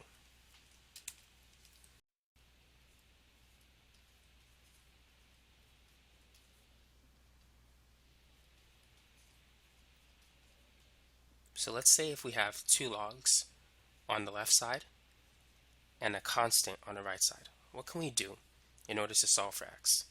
In a situation like this, condense the two logs into a single log. Since the logs are added, we can turn it into multiplication. For instance, we have this expression. We know that log a plus log b is equal to log ab. So we can condense these two expressions into a single log by multiplying x and x minus 2. So therefore, we can say that log base 2 times x minus 2 is the same as x squared minus 2x. And this is equal to 3. So now that we have a single log on one side and a constant on the other side, we can convert it into its exponential form. So 2 raised to the third power is equal to what's inside. And 2 to the third power is 8. So notice that we have a quadratic expression. And the only way to solve it is to move the 8 to the other side.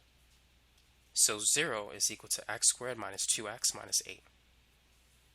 So now let's see if we can factor this particular expression. What two numbers multiplies to negative 8 but add to negative 2? This is going to be negative 4 and positive 2. So it's x minus 4 times x plus 2. Negative 4 plus 2 adds up to negative 2, but multiplies to negative 8. So we have two potential answers.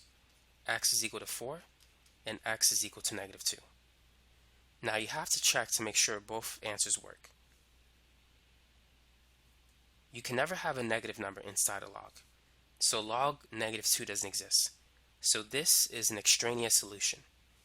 So now let's check out 4. Log base 2 of 4 plus log base 2 of 4 minus 2. Is it equal to 3? So let's find out.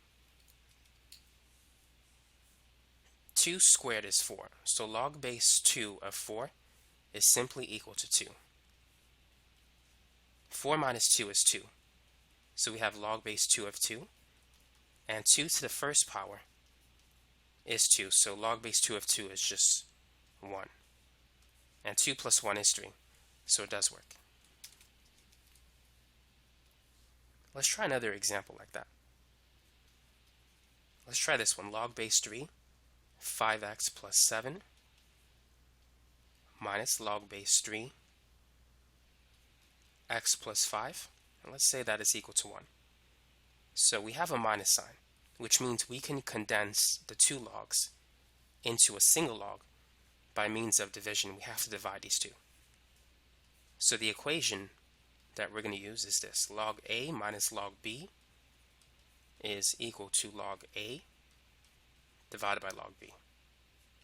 So it's going to be log 3, 5x plus 7 over x plus 5. And that's equal to 1.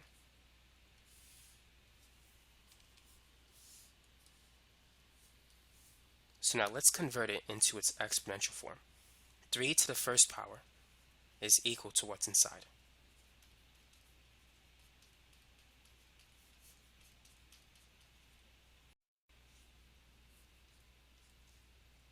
Let's write it as 3 over 1, and let's cross multiply. 1 times 5x plus 7 is 5x plus 7, and 3 times x plus 5 is 3x plus 15. So now let's solve for x.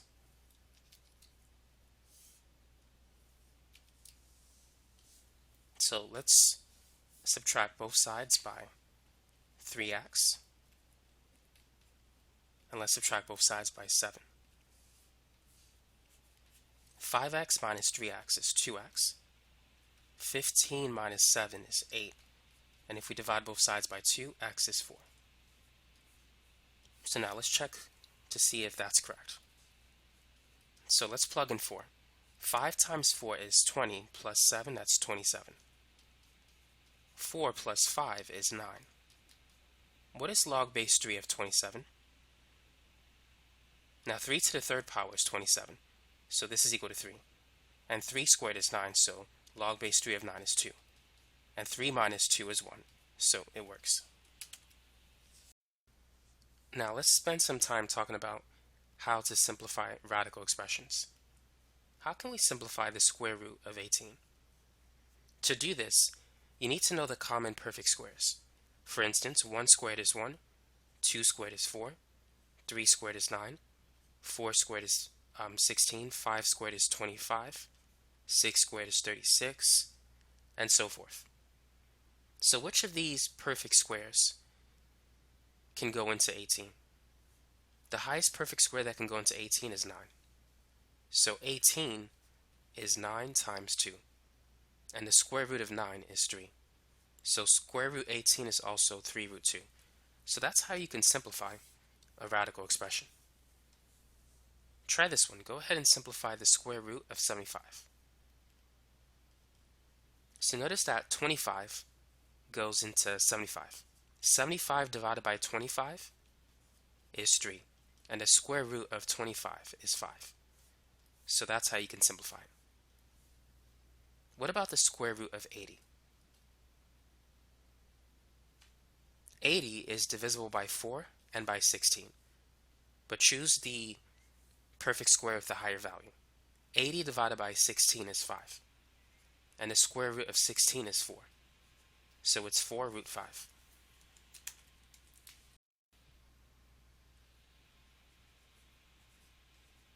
Try this one. Go ahead and simplify this particular expression. So take a minute and work on this problem. The square root of 8 is the square root of 4 times the square root of 2. So 4 is a perfect square that goes into 8. A perfect square that goes into 32 is 16. And a perfect square that goes into 50 is 25. 2 times 25 is 50. Now the square root of 4 is 2. And the square root of 16 is 4. And the square root of 25 is 5. So now we can multiply 5 times 2, which is 10, 3 times 4 is 12, and 7 times 5 is 35. Each term has a square root of 2 attached to it. So they're like terms. So therefore, we can add the coefficients. 10 minus 12 is negative 2. And negative 2 plus 35, if we add these two, that's equal to positive 33. So the final answer is positive 33 square root 2. So now it's your turn. Try this one.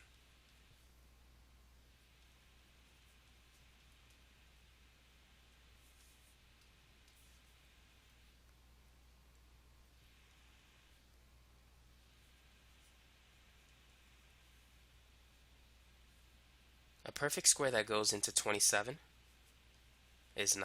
9 times 3 is 27. 12 is 4 times 3. And a perfect square that goes into 48 is 16. 16 times 3 is 48. The square root of 9 is 3. And the square root of 4 is 2. And the square root of 16 is 4. 4 times 3 is 12.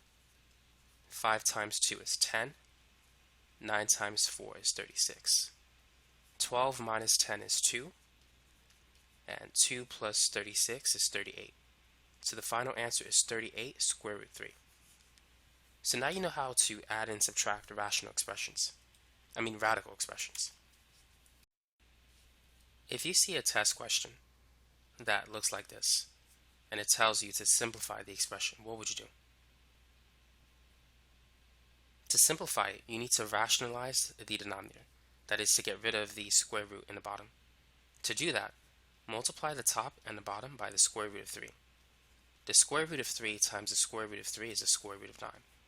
And the square root of 9 is 3. So this is your answer. That's how you can rationalize the denominator of a fraction. So let's try another example. So for this one, we need to multiply the top and the bottom by the square root of 5. 5 times 5 is 25, and the square root of 25 is 5. So the goal is to get rid of a radical in the bottom of the fraction. So now what if we have a problem that looks like this? What can we do? In this situation, multiply the top and the bottom by the conjugate of the denominator. So on top, let's distribute the 12. 12 times 5 is 60. And 12 times the square root of 2 is simply 12 root 2. On the bottom, we need to FOIL. 5 times 5 is 25. 5 times root 2 and negative root 2 times 5, those two terms will cancel. The last term is negative square root 2 times square root 2, which is negative square root 4. And the square root of 4 is 2. So we have 25 minus 2. So the final answer is 60 plus 12 square root 2 divided by 23. And you could separate it into two fractions if you want to. Now what if we want to multiply two radical expressions? How can you simplify this entire expression? What would you do? In a problem like this, the best thing to do is to simplify the radicals. 20 is 4 times 5. And 28 is 7 times 4. The square root of 4 is 2. So we have 6 times 2, which is 12. And over here we have 8 times 2, and that's 16. So now what we can do is multiply 12 and 16. 12 times 16 is 192. And now we can also multiply the 5 and the 7. 5 times 7 is 35. So this is the answer.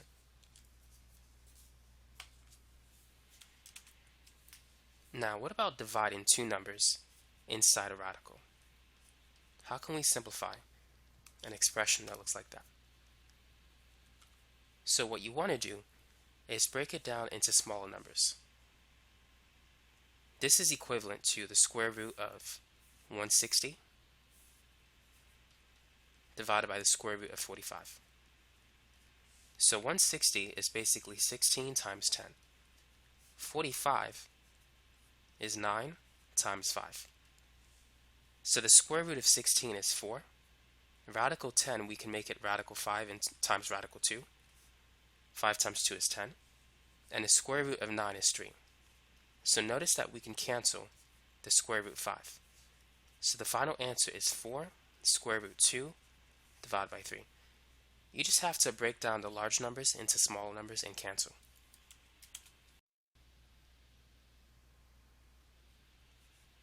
How can we solve this particular radical equation? What would you do? In order to solve it, we need to take the square of both sides. This will cause the radical to disappear. For instance, the square of the square root of 7 is the same as root 7 times root 7 2 times. 7 times 7 is 49, and the square root of 49 is 7. So as you can see, you just get the number on the inside. So the square of the square root of 2x plus 7 is just 2x plus 7. 5 squared is 25. So now let's subtract both sides by 7. 25 minus 7 is 18. And if we divide by 2, we can see that x is equal to 9. Let's try another one. Let's say that the cube root of 3x minus 4 is equal to 2. Solve for x. In this case, we need to raise both sides to the third power so that these will cancel. And so we're just going to have what's on the inside, 3x minus 4. 2 to the third is 8. And if we add 4 to both sides, 3x is equal to 12. 8 plus 4 is 12. And then 12 divided by 3 is 4. So that's the answer.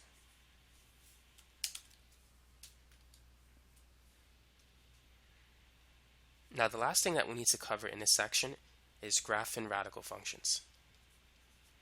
The graph of the square root of x looks like this. So knowing that, what is the graph of negative square root x? If you put a negative in the front, it's going to reflect over the x-axis. So it's going to look like that.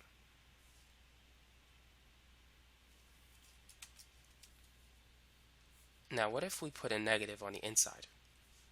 If you do that, it's going to reflect over the y-axis. So it's going to look like that. And if you have a negative on the outside and on the inside, it's going to reflect over the origin. So it's going to go that way.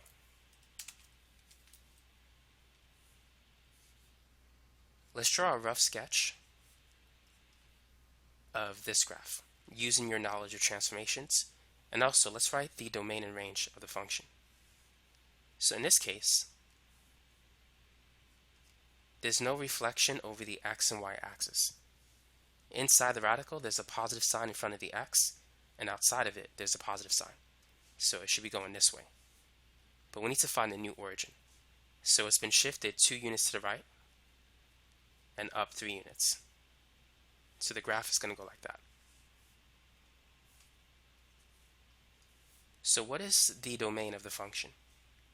To write the domain, look at the x values. The lowest x value, that's where the graph starts, is 2. And it will continue to go on forever into infinity. So it's 2 to infinity. Now to write the range, consider the y values. The lowest y value is 3. As this graph moves to the right, it's going to keep going up, but slowly. So it will keep going up to positive infinity. So the range is 3 to infinity. Let's try another example. Let's graph this function 5 minus the square root of x plus 3. So the graph shifts 3 units to the left and up 5 units. So the new origin is here. Now which way is the graph going to go? Is it going to go towards quadrant 1, towards quadrant 2, quadrant 3, or towards quadrant 4? Now notice that we have a negative outside of the radical. So what that means is that it's going to reflect over the x-axis. So instead of going like this, it's going to go like this. And so that's a rough sketch of the graph. So now what is the domain of the function? If you look at the x values, the lowest x value is 3, the highest is infinity. This will keep on going forever. But it's going to decrease as it goes to the right. It just decreases slowly. So the domain is 3 to infinity. Now what about the range?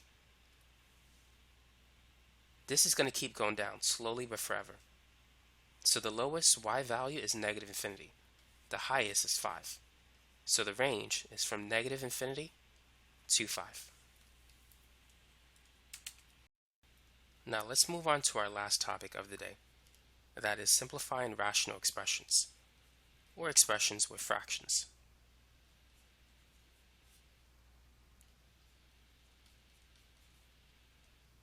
In this example, we're going to multiply two rational expressions.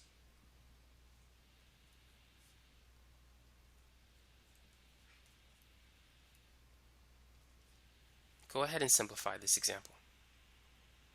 So in this problem, I'm going to expand everything.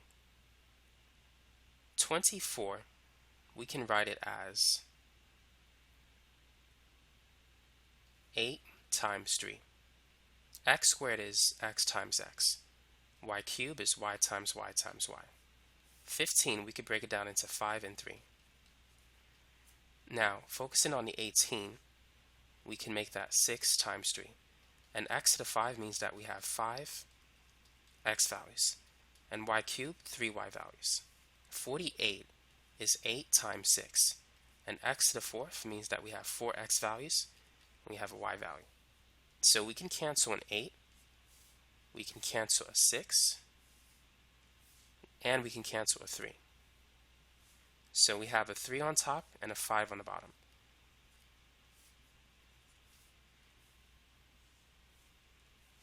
Now we can cancel an x, and we can cancel a y. On the other side, we can cancel 4 x values, and we can cancel a y value. So on top, what we have left is we have 2 x values. Combined, that's x squared. And we also have 4 y values. So the final answer is 3x squared y to the 4th divided by 5.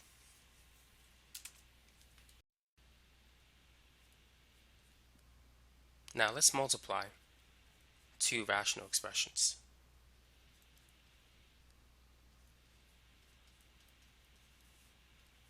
If you see a problem that looks like this, what do you think we should do? How can we simplify this expression? The best thing you can do is factor everything and then cancel. So in the first expression on top, x squared minus 4x, all we can do is take out the GCF, the greatest common factor, which is x. And so we're going to be left with x minus 4 on the inside. Now we can factor this trinomial. Two numbers that multiply to negative 20 but add to the middle coefficient of 1 is going to be negative 5, actually positive 5, and negative 4. 5 times negative 4 is negative 20, but 5 plus negative 4 is positive 1. Here we have the difference of two perfect squares. The square root of x squared is x, the square root of 25 is 5, and it's going to be plus and minus. And for the last term, or the last expression, all we could do is take out the GCF, which is 7x. And so we're going to have x plus 2 left over. So now let's see what we can cancel. We can cancel an x plus 5, we can cancel an x minus 4, and we can cancel an x value.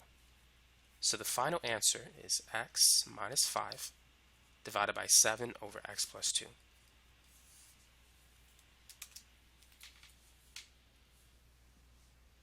Now what about dividing two rational expressions?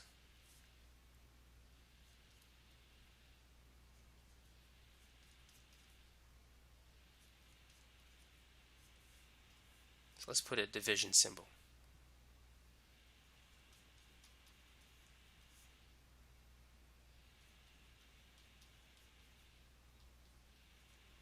So how can we simplify this?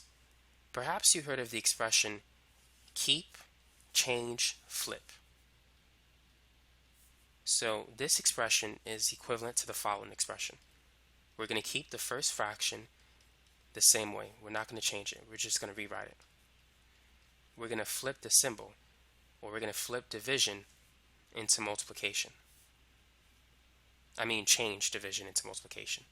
And then we're going to flip the second fraction. So keep, change, flip.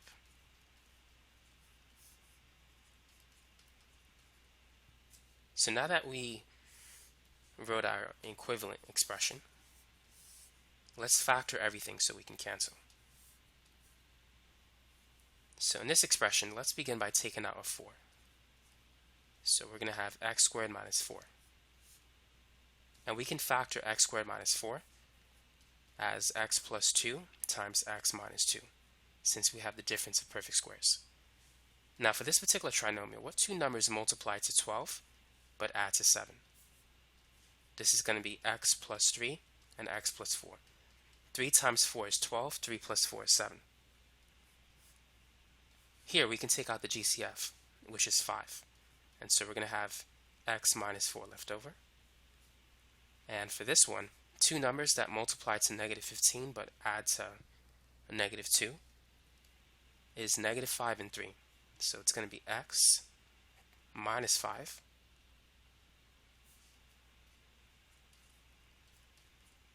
and x plus 3. So the only thing that really cancels is the x plus 3. And that's it. So this is just 4 times x plus 2, x minus 2, x minus 5, divided by 5, x plus 4, x minus 4.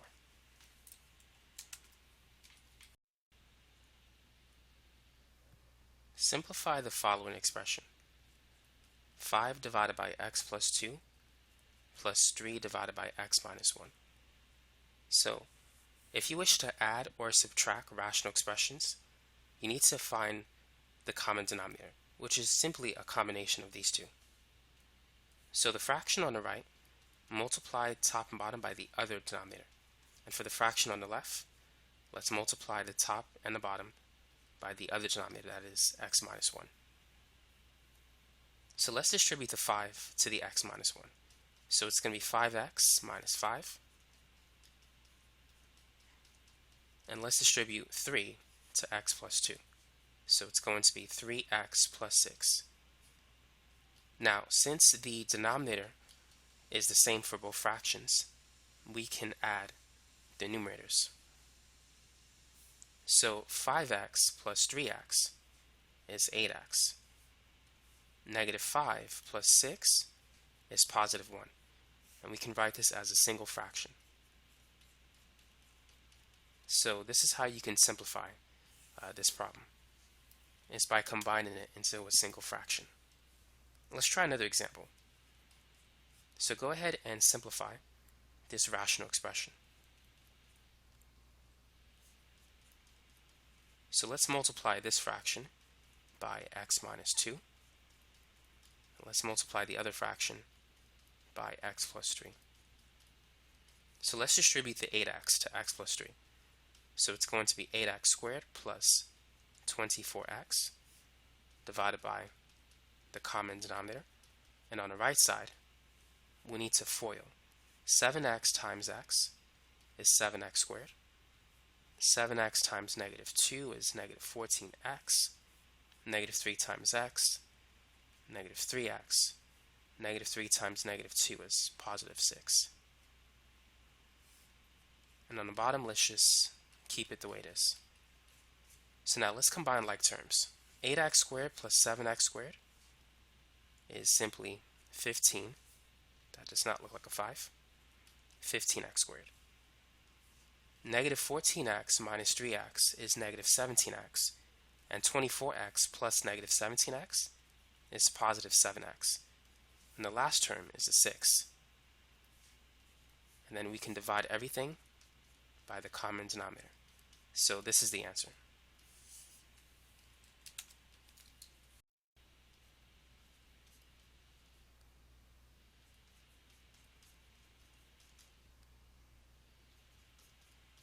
solve for x in this rational expression or rational equation. So what should we do in order to solve for x? What would you do in this problem? The best thing to do is to get rid of the fractions. Let's multiply by the common denominator. So if you're not sure what it is, multiply everything by every denominator that you see. So 3 times 4 times 7. So what is 5 over 3 times these three numbers? If we multiply those two, the 3's will cancel, and we're going to have 5 times 4 times 7. 5 times 4 is 20. 20 times 7, 2 times 7 is 14, so 20 times 7 must be 140. So now let's multiply these two together. So the 4's will cancel. 3 times 7 is 21 times x. It's just 21x. And then these two. So this time we can cancel a 7. 3 times 3 is 9 times 4 is 36. So it's 36x. And as you can see, it's a lot easier to solve now. So now let's subtract both sides by 21x. 36 minus 21 is 15. And 140 divided by 15 is not a whole number. So let's reduce that. So x is 140 divided by 15. Both numbers are divisible by 5. 15 divided by 5 is 3. 140 divided by 5 is 28. So the answer is 28 over 3.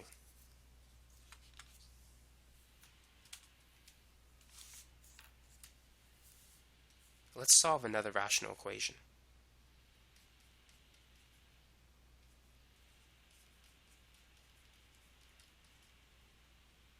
So in this case, we're going to multiply everything by the two denominators, x plus 1 and x plus 2. So these two will cancel. We're going to have 12 times x plus 2.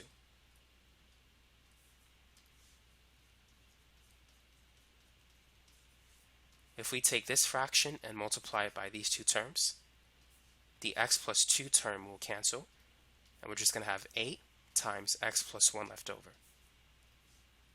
But don't forget about the negative sign in front.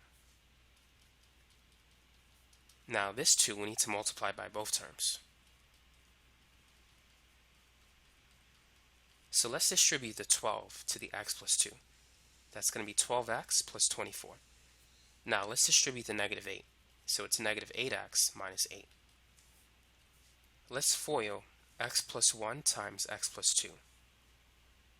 When you do it, it's going to be x squared plus 2x plus x, which adds up to 3x plus 2. So let's combine like terms. 12x minus 8x is 4x.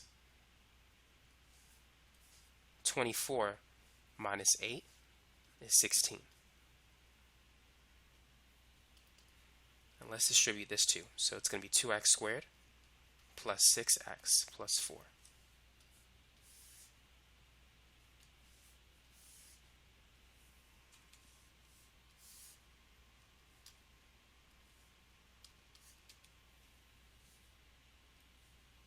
So what we're going to do now is subtract both sides by 4x and by 16.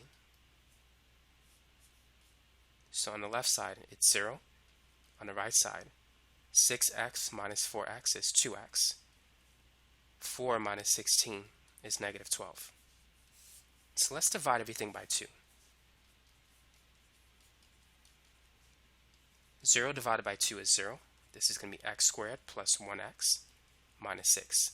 Two numbers that multiply to negative 6 but add to 1 are 3 and negative 2. So we can factor this expression and write it as x plus 3, x minus 2, which means that x is equal to negative 3 and positive 2. So let's check the work to see which one is correct. Let's plug in negative 3 first. Negative 3 plus 1 is negative 2. And negative 3 plus 2 is negative 1. Let's see if this is equal to 2. 12 divided by negative 2 is negative 6. And 8 divided by negative 1 is just negative 8. And negative 6 minus negative 8 is the same as negative 6 plus 8, which is indeed equal to 2. So the first answer is not an extraneous solution. It works. Now let's try the second answer. 2 plus 1 is 3, and 2 plus 2 is 4. 12 divided by 3 is 4. 8 divided by 4 is 2. 4 minus 2 is 2. So that works. Now let's talk about how to graph rational equations. Let's start with the graph y is equal to 1 over x. So this graph has a vertical asymptote at x equals 0, because you can't have a 0 in the bottom of the fraction. It's undefined there. And also it has a horizontal asymptote at y equals 0. So this graph is symmetric about the origin. It looks like this. So that's the parent function of 1 over x. So from this parent function, we could find the graphs of the other functions. So let's say if we wish to graph y is equal to 1 over x minus 2. The vertical asymptote is going to shift 2 units to the right. To find the vertical asymptote, set the inside or the bottom equal to 0.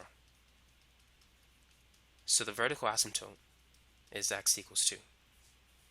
So it's right here. Anytime you have a rational function where the degree of the denominator is higher than the degree of the numerator, the horizontal asymptote will always be y is equal to 0. So the horizontal asymptote is the x-axis. So this graph has been shifted 2 units to the right. So it looks like that. Now, what is the domain and range for these two functions?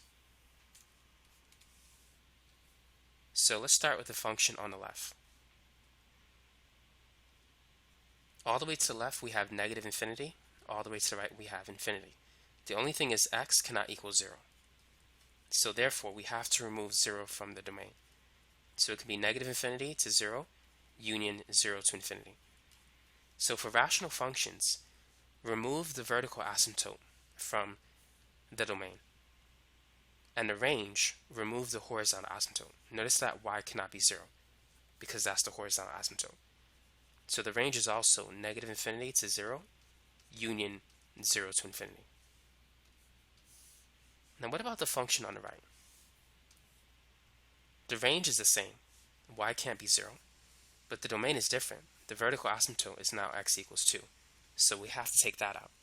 So the domain is going to be negative infinity to 2, union 2 to infinity.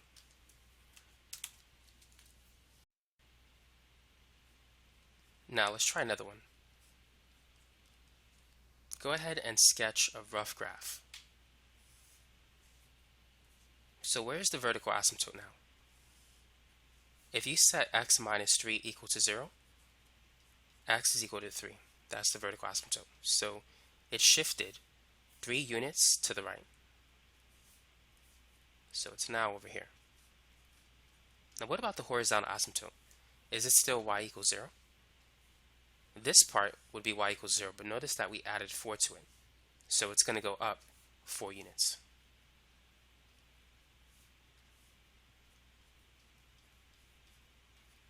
So keep this in mind. This value here affects the vertical asymptote. It's x equals 3. And this number on the outside affects the horizontal asymptote, which is y is equal to 4. So the graph is going to be the same.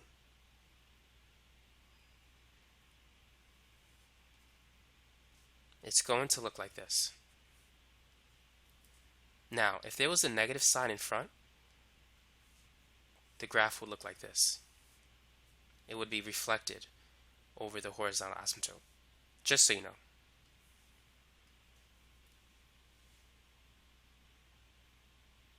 You can also view it as being reflected over the vertical asymptote. It's the same. So now that we have the graph, what is the domain and the range?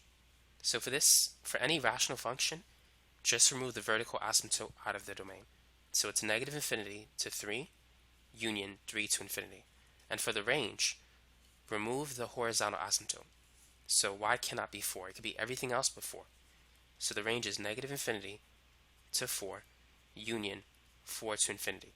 And don't use a bracket because that means that you're including 4 when you shouldn't.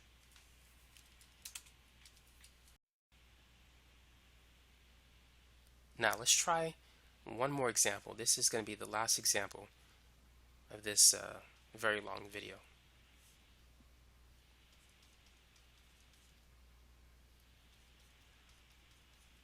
Go ahead and graph the function. So the first thing that we can realize is that we can cancel x minus 2. And the term that can be canceled is a whole. It's a point of discontinuity. So the whole is that x is equal to 2.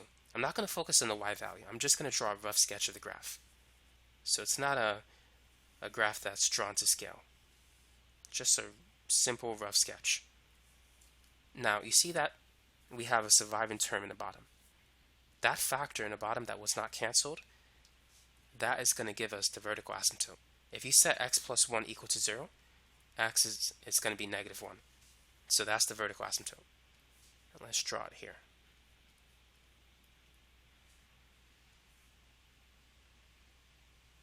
Now, if we write the surviving function, it's 3 over x plus 1 plus 2. So now it looks like the last example.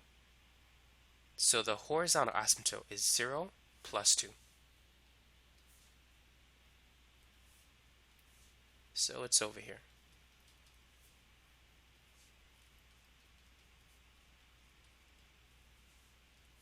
And there's a positive in front of the 3. So it's going to be shaded or graphed in the upper quadrant and in the third quadrant. So that's how you can sketch the graph. Now, we do need to put the hole in the graph. So at x equals 2, we need to have an open circle. And that's important. Make sure you put that in your graph. To write the range of the function, all we need to do, actually, we need the y value of the hole, now that I think about it. To find the y value, plug in 2 into the surviving equation. So it's 3 divided by 2 plus 1 plus 2. 2 plus 1 is 3. 3 divided by 3 is 1. 1 plus 2 is 3. So the whole has the point 2, 3. Now the reason why this is important is because you need to remove the whole from the domain and the range. So let's start with the domain. In this domain, remove the vertical asymptote and the x coordinate of the whole from left to right. So it's going to be negative infinity, negative 1 comes before 2, so negative 1, union, negative 1, and then for the whole, 2, union 2 to infinity. So you have to remove the vertical asymptote and the whole, the x coordinate of the whole. Now for the range, you need to remove the horizontal asymptote and the y coordinate of the whole, because as you can see, y can't be 3. So it's going to be negative infinity to 2. 2 comes before 3. That's for the horizontal asymptote. And then 3 for the whole, union 3 to infinity. So that's the range.